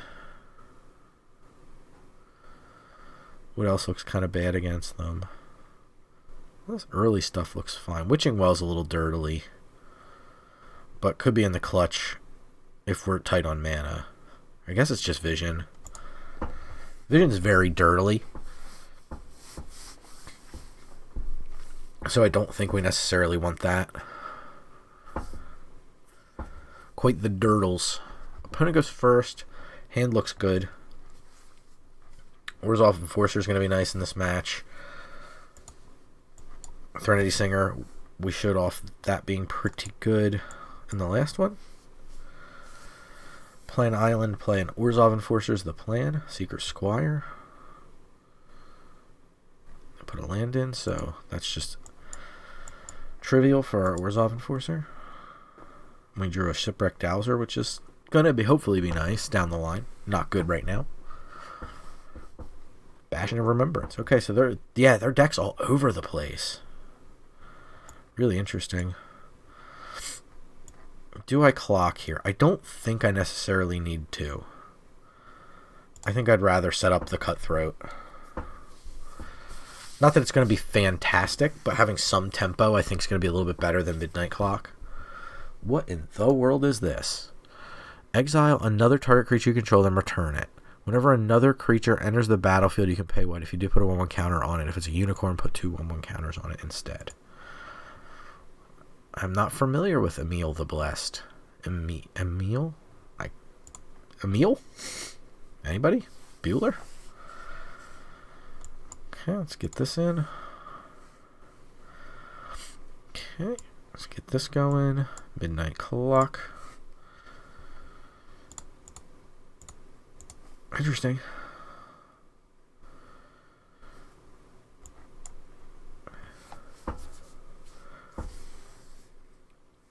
Kind of have to Midnight Clock here because we need the 5th mana. Not that we have to get to Gravebreaker Lamia, but I think it's a good idea. Legion Landing.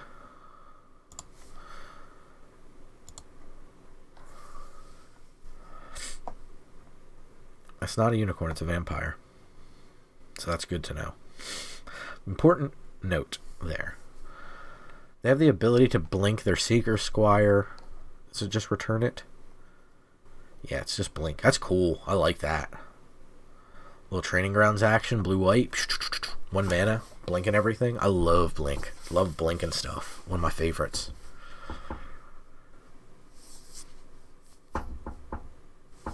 Part of the reason I like Pauper so much, even though I have been outspoken about getting rid of those effects.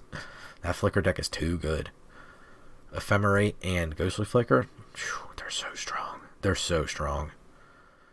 Built-in 2-for-1s. A little too good for Pauper. Wow, really, really valuing Adanto the First Fort here.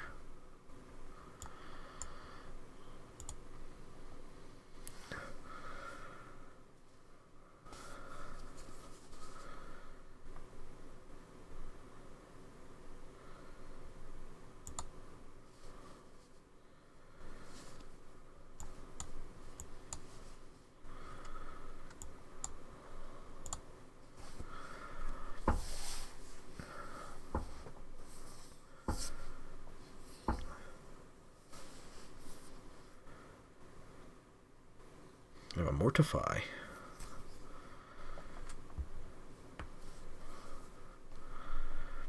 Okay. Into the Royal's nice.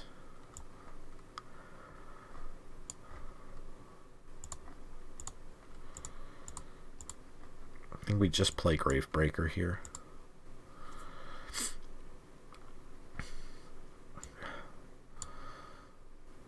Go ahead and snag our Serpent.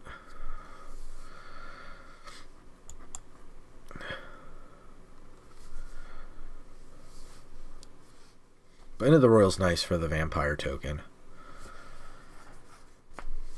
But opponent putting a lot of importance on Adano the First for it. There's a card that probably should die. Not enough mana for that.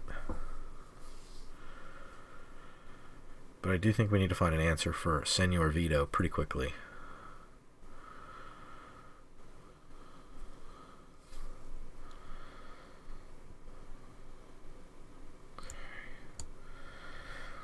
Swamp, not the answer we're looking for.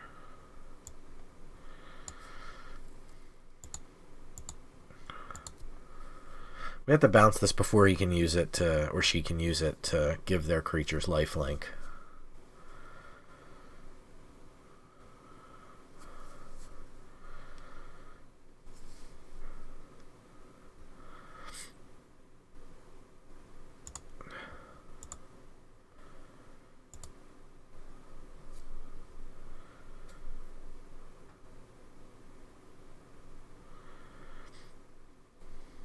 He's going for the flicker. Conclave Tribunal is a good one.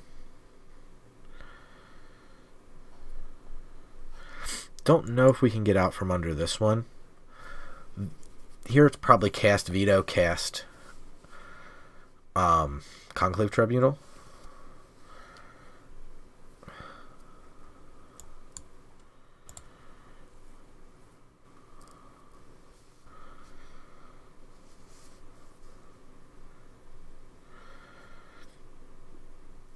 We have to draw a removal spell like right now. And the problem is our best removal spell is Heartless Act. And that does not get Veto.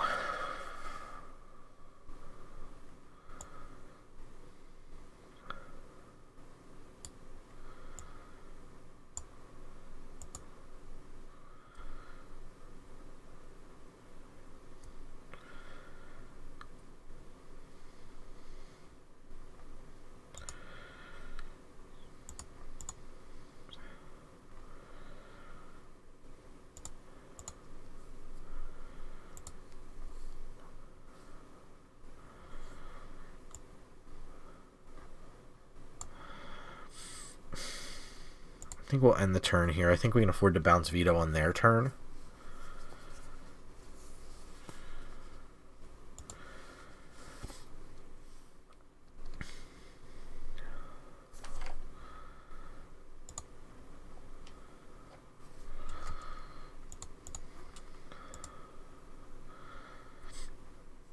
A cool little engine.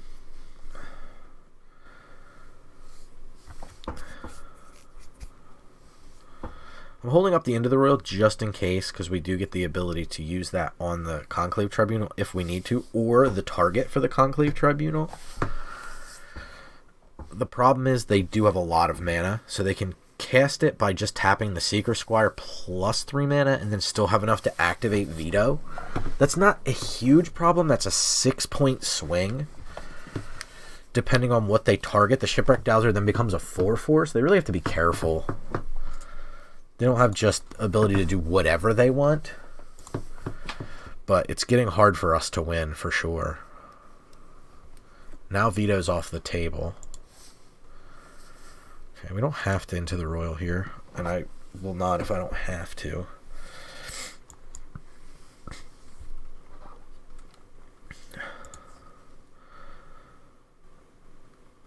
There's a lot of keywords on that. Danitha Kapupuchuchu.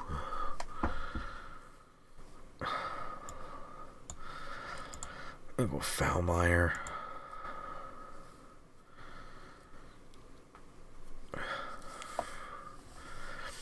We're in it for them cards.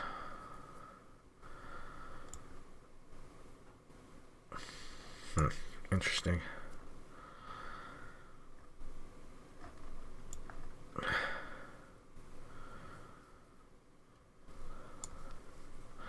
I think we do this and still hold up into the Royal now that we have the Sandbar in our hand. Yes, please. Witching Well and Sandbar can both go.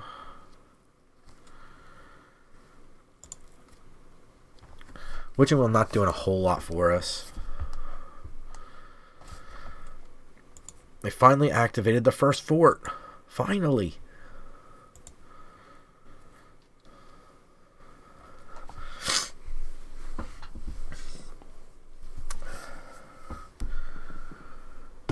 I think if I had to venture a guess, they may be aiming the Conclave Tribunal at our midnight clock. Which makes sense. It depends on how certain they are they win the game here. It's hard to evaluate, but I think that it was not necessarily a bad move.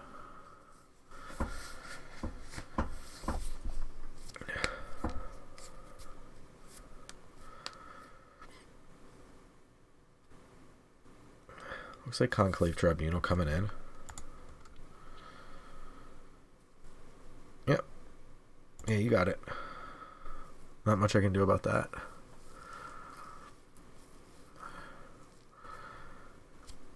An astute player would note they still have enough to activate Veto. Okay, cool.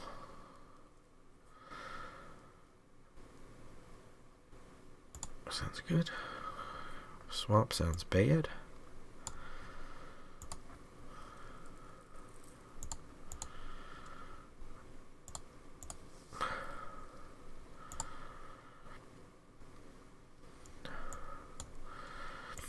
Foulmire Knight. This gives me the ability to hold up Castle Vantris and hold up or. No, because we can. Yeah, they activate the first fort. That's fine. They get the 2/2 token. I don't know if there's much we can do to come out from under this with opponent at 16. They're up cards in hand even. Plus a Danto.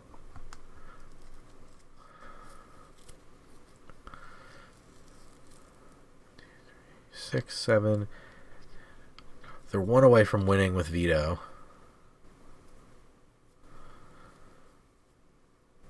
I mean, that's not including our Into the Royal, just as the board sits. And not lifelink on our Lamia either. Block? Okay. They gained life.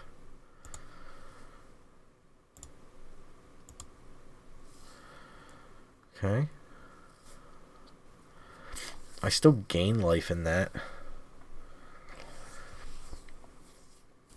Which of the Moors is fine?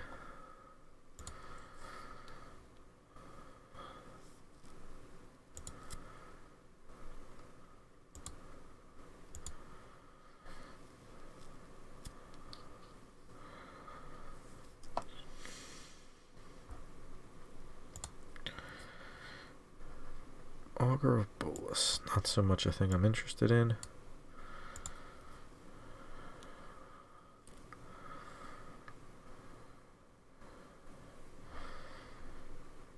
Yes. 100% want to draw cards. Augur of Bolus not going to be so hot here. Swamp. Oh, cancel. I meant to play the island. Oh, I can't play the island? Interesting.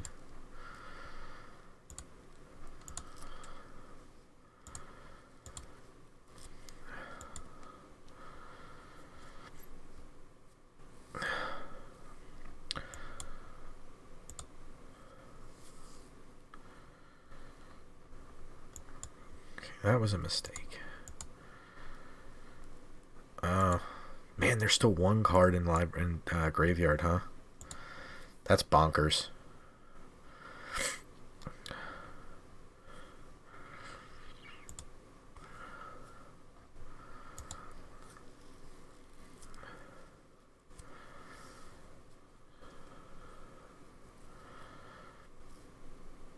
We're really in the tank on the Splendor Mare.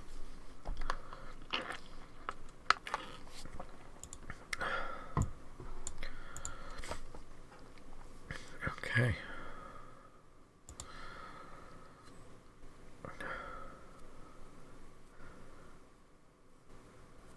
Bouncing Veto doesn't amount to much here because they can just recast it and activate it immediately.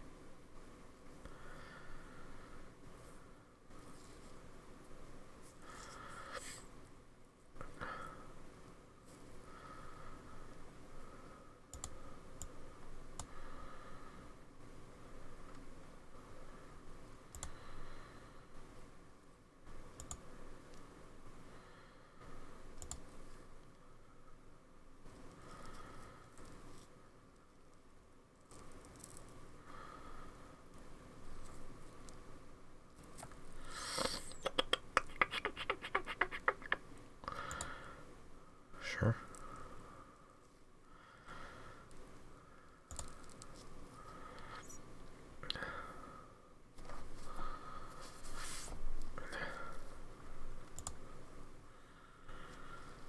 Okay.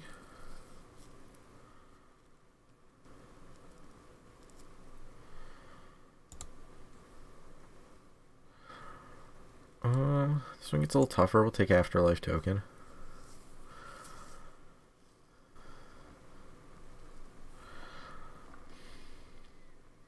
Okay. Yeah, we're drawing a lot of low impact stuff here. Let's cancel.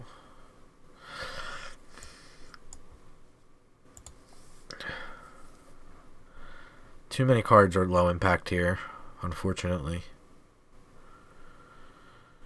I need to look at this.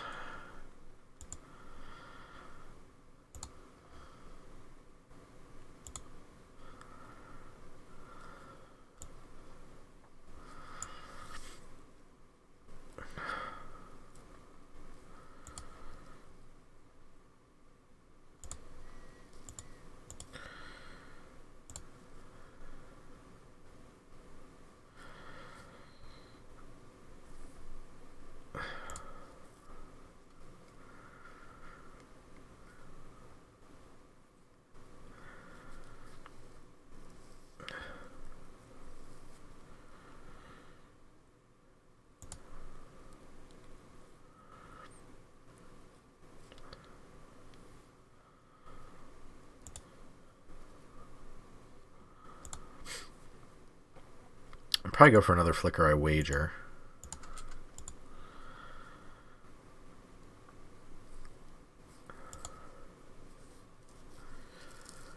Okay.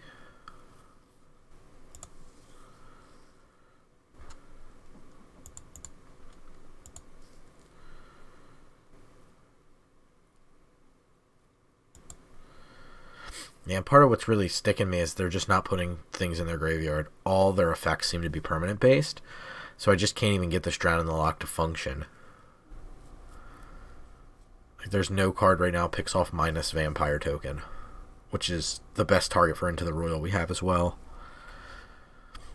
This is problematic for sure.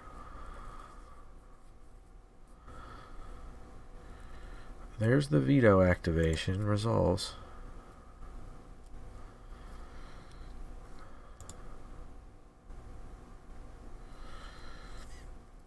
Past 2 blockers, I think, is fine.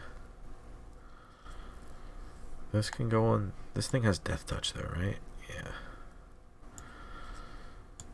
This can go here. This can go here.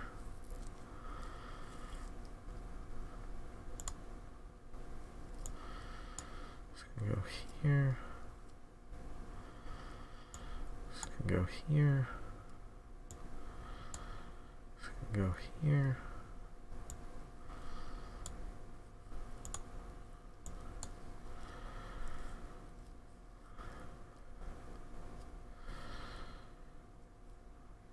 Lock.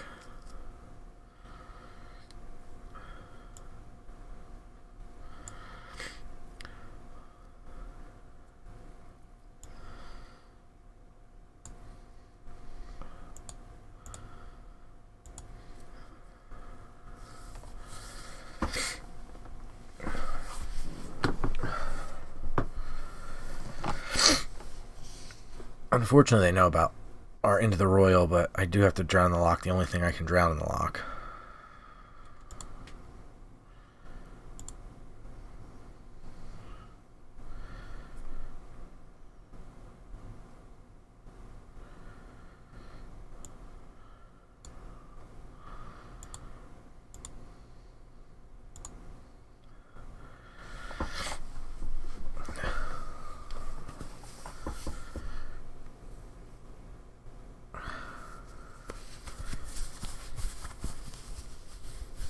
Okay.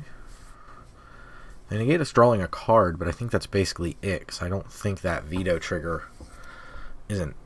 stays. I think veto says it. Or no, he's back, so he just says it no matter what. It's not the trigger that's conditional.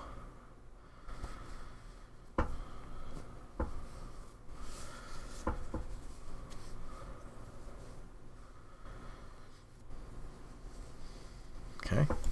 Got us by 3 there. Okay. We need removal. Yeah, that was embarrassing for drowning the lock. I do think this has to come in. We're going to have to use it in tandem with bounce spells. I think the Aven Eternal, they're dead. They're cold to flyers. So I think that's going to help. I don't think there's much else we could bring in. We could bring in our own veto. But I don't know how good that would end up being. I think drowning the lock, I still think it's good enough. But we got to see. We got 2 cards to cut. Brineborn looks a little suspect, but I'm hesitant to cut creatures. And looking at all the cards that could have actually done something that game is depressing. I do think we drew poorly. To an extent. I think we had a lot of power at the bottom of our deck. Seeker Squire may not be good enough, but then again, any creature may just be good enough.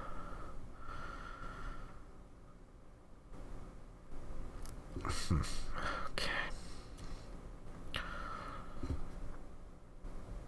Augur may be a little too weak. It blocks pretty well. Oof, toughie. A toughie indeed.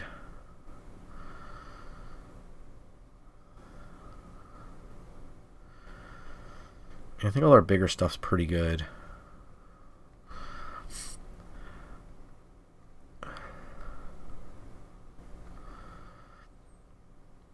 Maybe just Bolus isn't quite good enough. Opponent can aggro at us. That's my only fear with cutting Bolus there, is the opponent is capable of an aggro. So that's a little scary.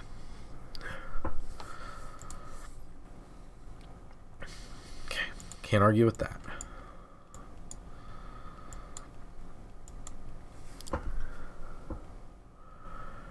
Oh, Laser freaking landing. This magic card.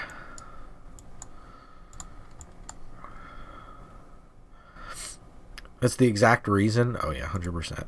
The exact reason we didn't want to bring in Chainers was because of the trigger from Legion's Landing. So that's definitely an annoyance. Midnight Clock here, pretty easy. They get an attack in with the Paladin.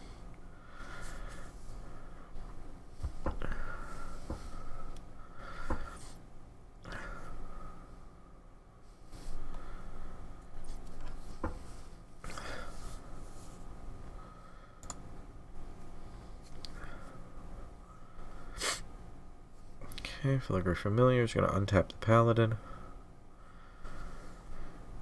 Okay.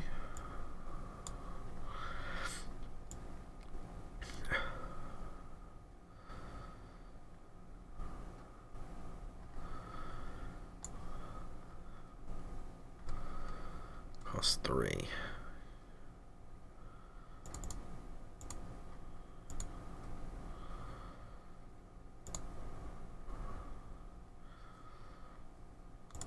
I think we take it. I don't love it, but I think we take it. We can get the domination back with the Dowser, so I'm not like super worried about using it there. Stopping Legion's Landing from flipping is kind of a big game here. Minigame number 1 is that's what the game's about. Man, fucking Edict looks so bad right now. It's not even funny. The exact reason we did not want to bring it in is because of how bad it looks here. Like, in this scenario. But we're going to use it. Because we don't want them to flip Legion's Landing. Yep.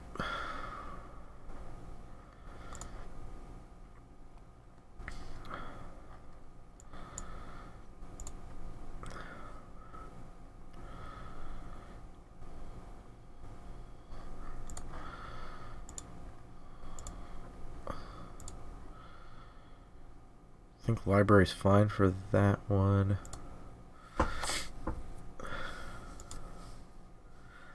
This lets us break parity. They can't flip Legion's Landing here. Oof.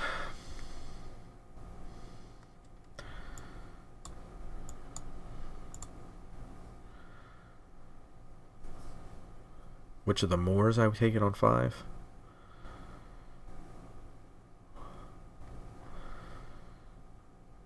Sack their creature.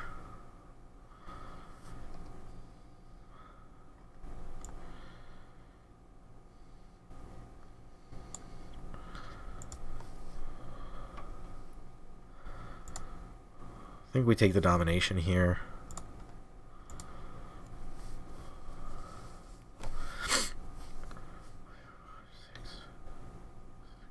Next turn we can chainers if we need to.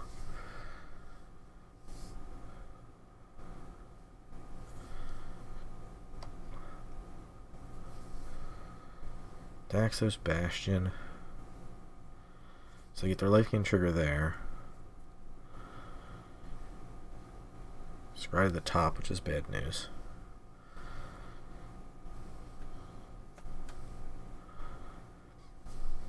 And you can see Witch of the Moors, very good magic card. Came out of Jumpstart. Card is nuts.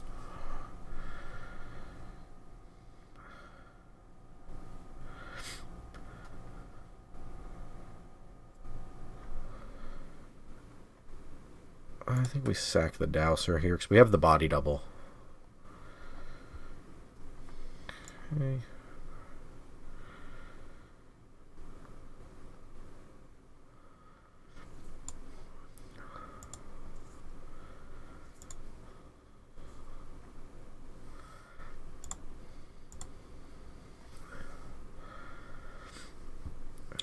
So we can hit him with the Edict. The problem is we're drawing so light on land. Like, man, it's brutal. We're getting to the point where we need to dominate something. This is going to go to 10, 11, and then back to 12. So we have to kind of just dominate something, whatever it is.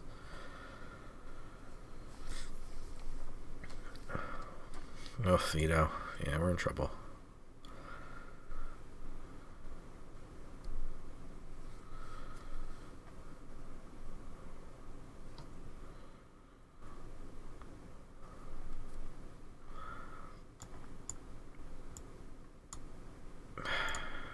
I'll just take it. It's just too good with Witch of the Moors. But I mean, there's just nothing we can do. I think we just get buried here, unfortunately. The land draws were so poor here this game.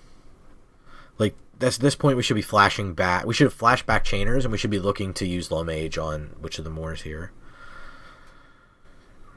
You can do it for 4. I think we have to steal Veto.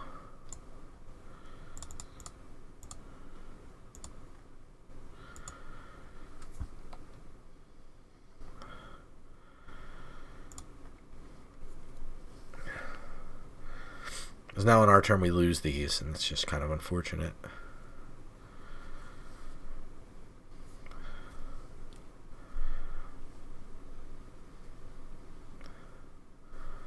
They just have so much life gain that we can't keep up with Witch of the Moors, and we didn't get a chance to Lull Mage because we whiffed on land so many turns there. I mean, our best plan was to Lull Mage this Witch of the Moors away.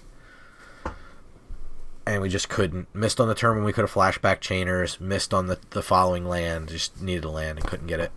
Just couldn't get it. I don't think there's much we can do here.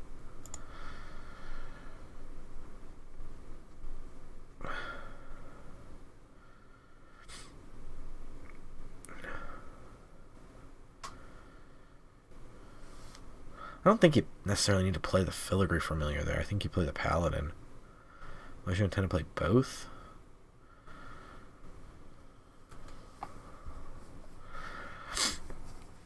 I don't know. Midnight Clock's got to be gas.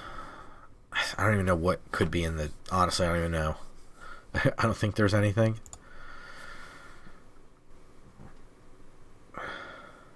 Because we're going down to mana now. So we're going back to 7 land. Which is probably not enough land to do anything with. Yeah, Drown the Lock for 0 again. Can deal with a token. So can Into the Royal.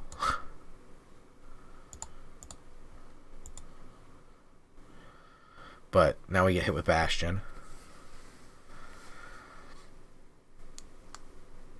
There is a creature you gain 1 life. Yeah, that's fine. Draw a card.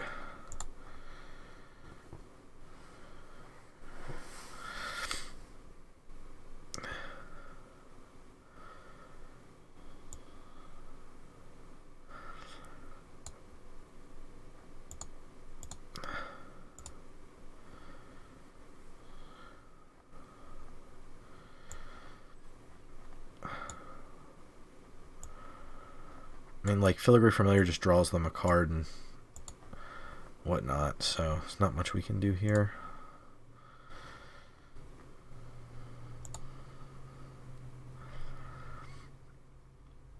Probably Drown the Lock.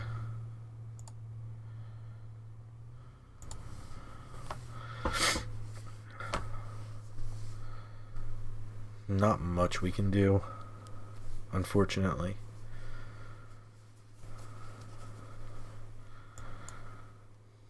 Burial Rites. An opponent's drawing aces on top of it. We drew so many more cards than our opponent, and we just couldn't even draw basic land. Which is pretty impressive stuff, Uncle Tony.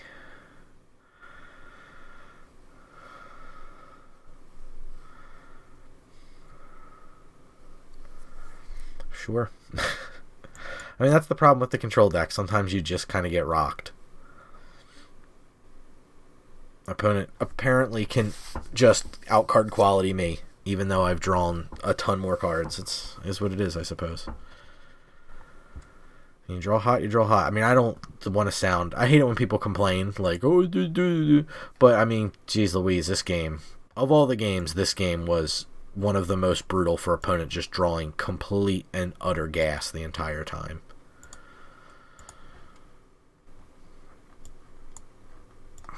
Like, there's just nothing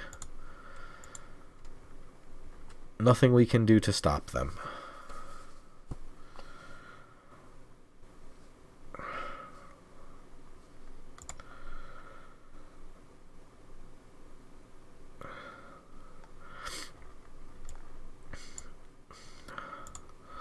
Yeah, why not? Let them have it.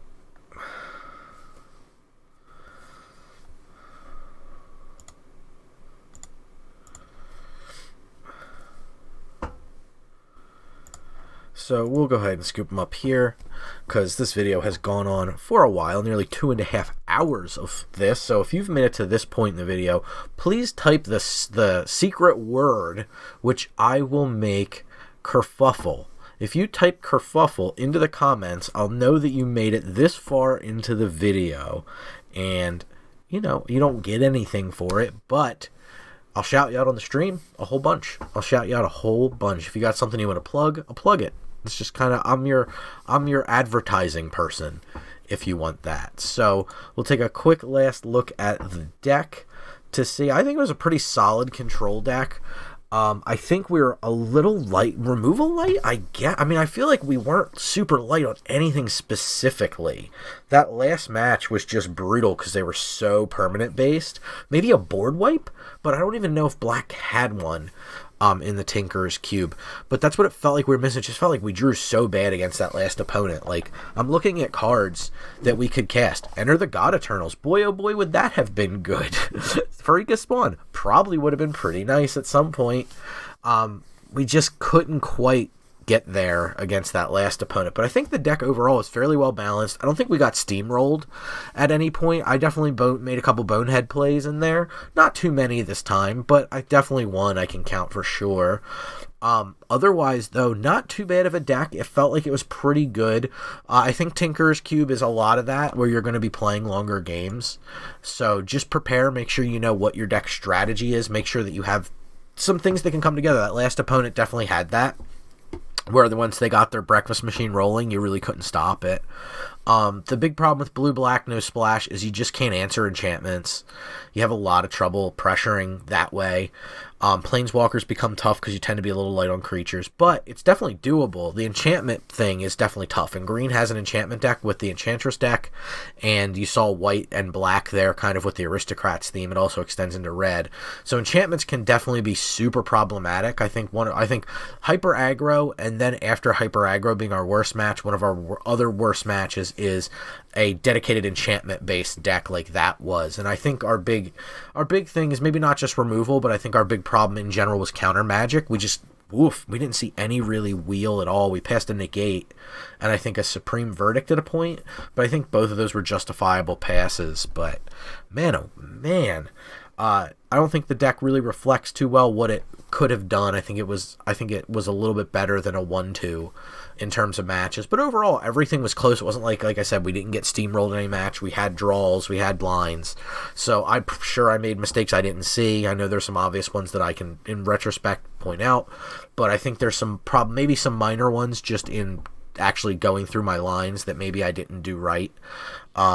So just make sure the key is to go back and evaluate. I'll rewatch this video and really kind of learn one of the benefits to putting up these videos is you get to go back and rewatch, as painful as it may be sometimes.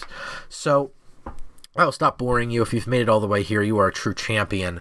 Thank you so much for hanging out with me. Again, you can catch a video every Thursday. We are here doing something nerdy every Sunday night. Magic Arena over on twitch.tv/Superliminal Films. Subscribe, all that good YouTube stuff. Anyway, get out of here. I'm sure you have better things to do. Cast more spells. Will you? Won't you? Please?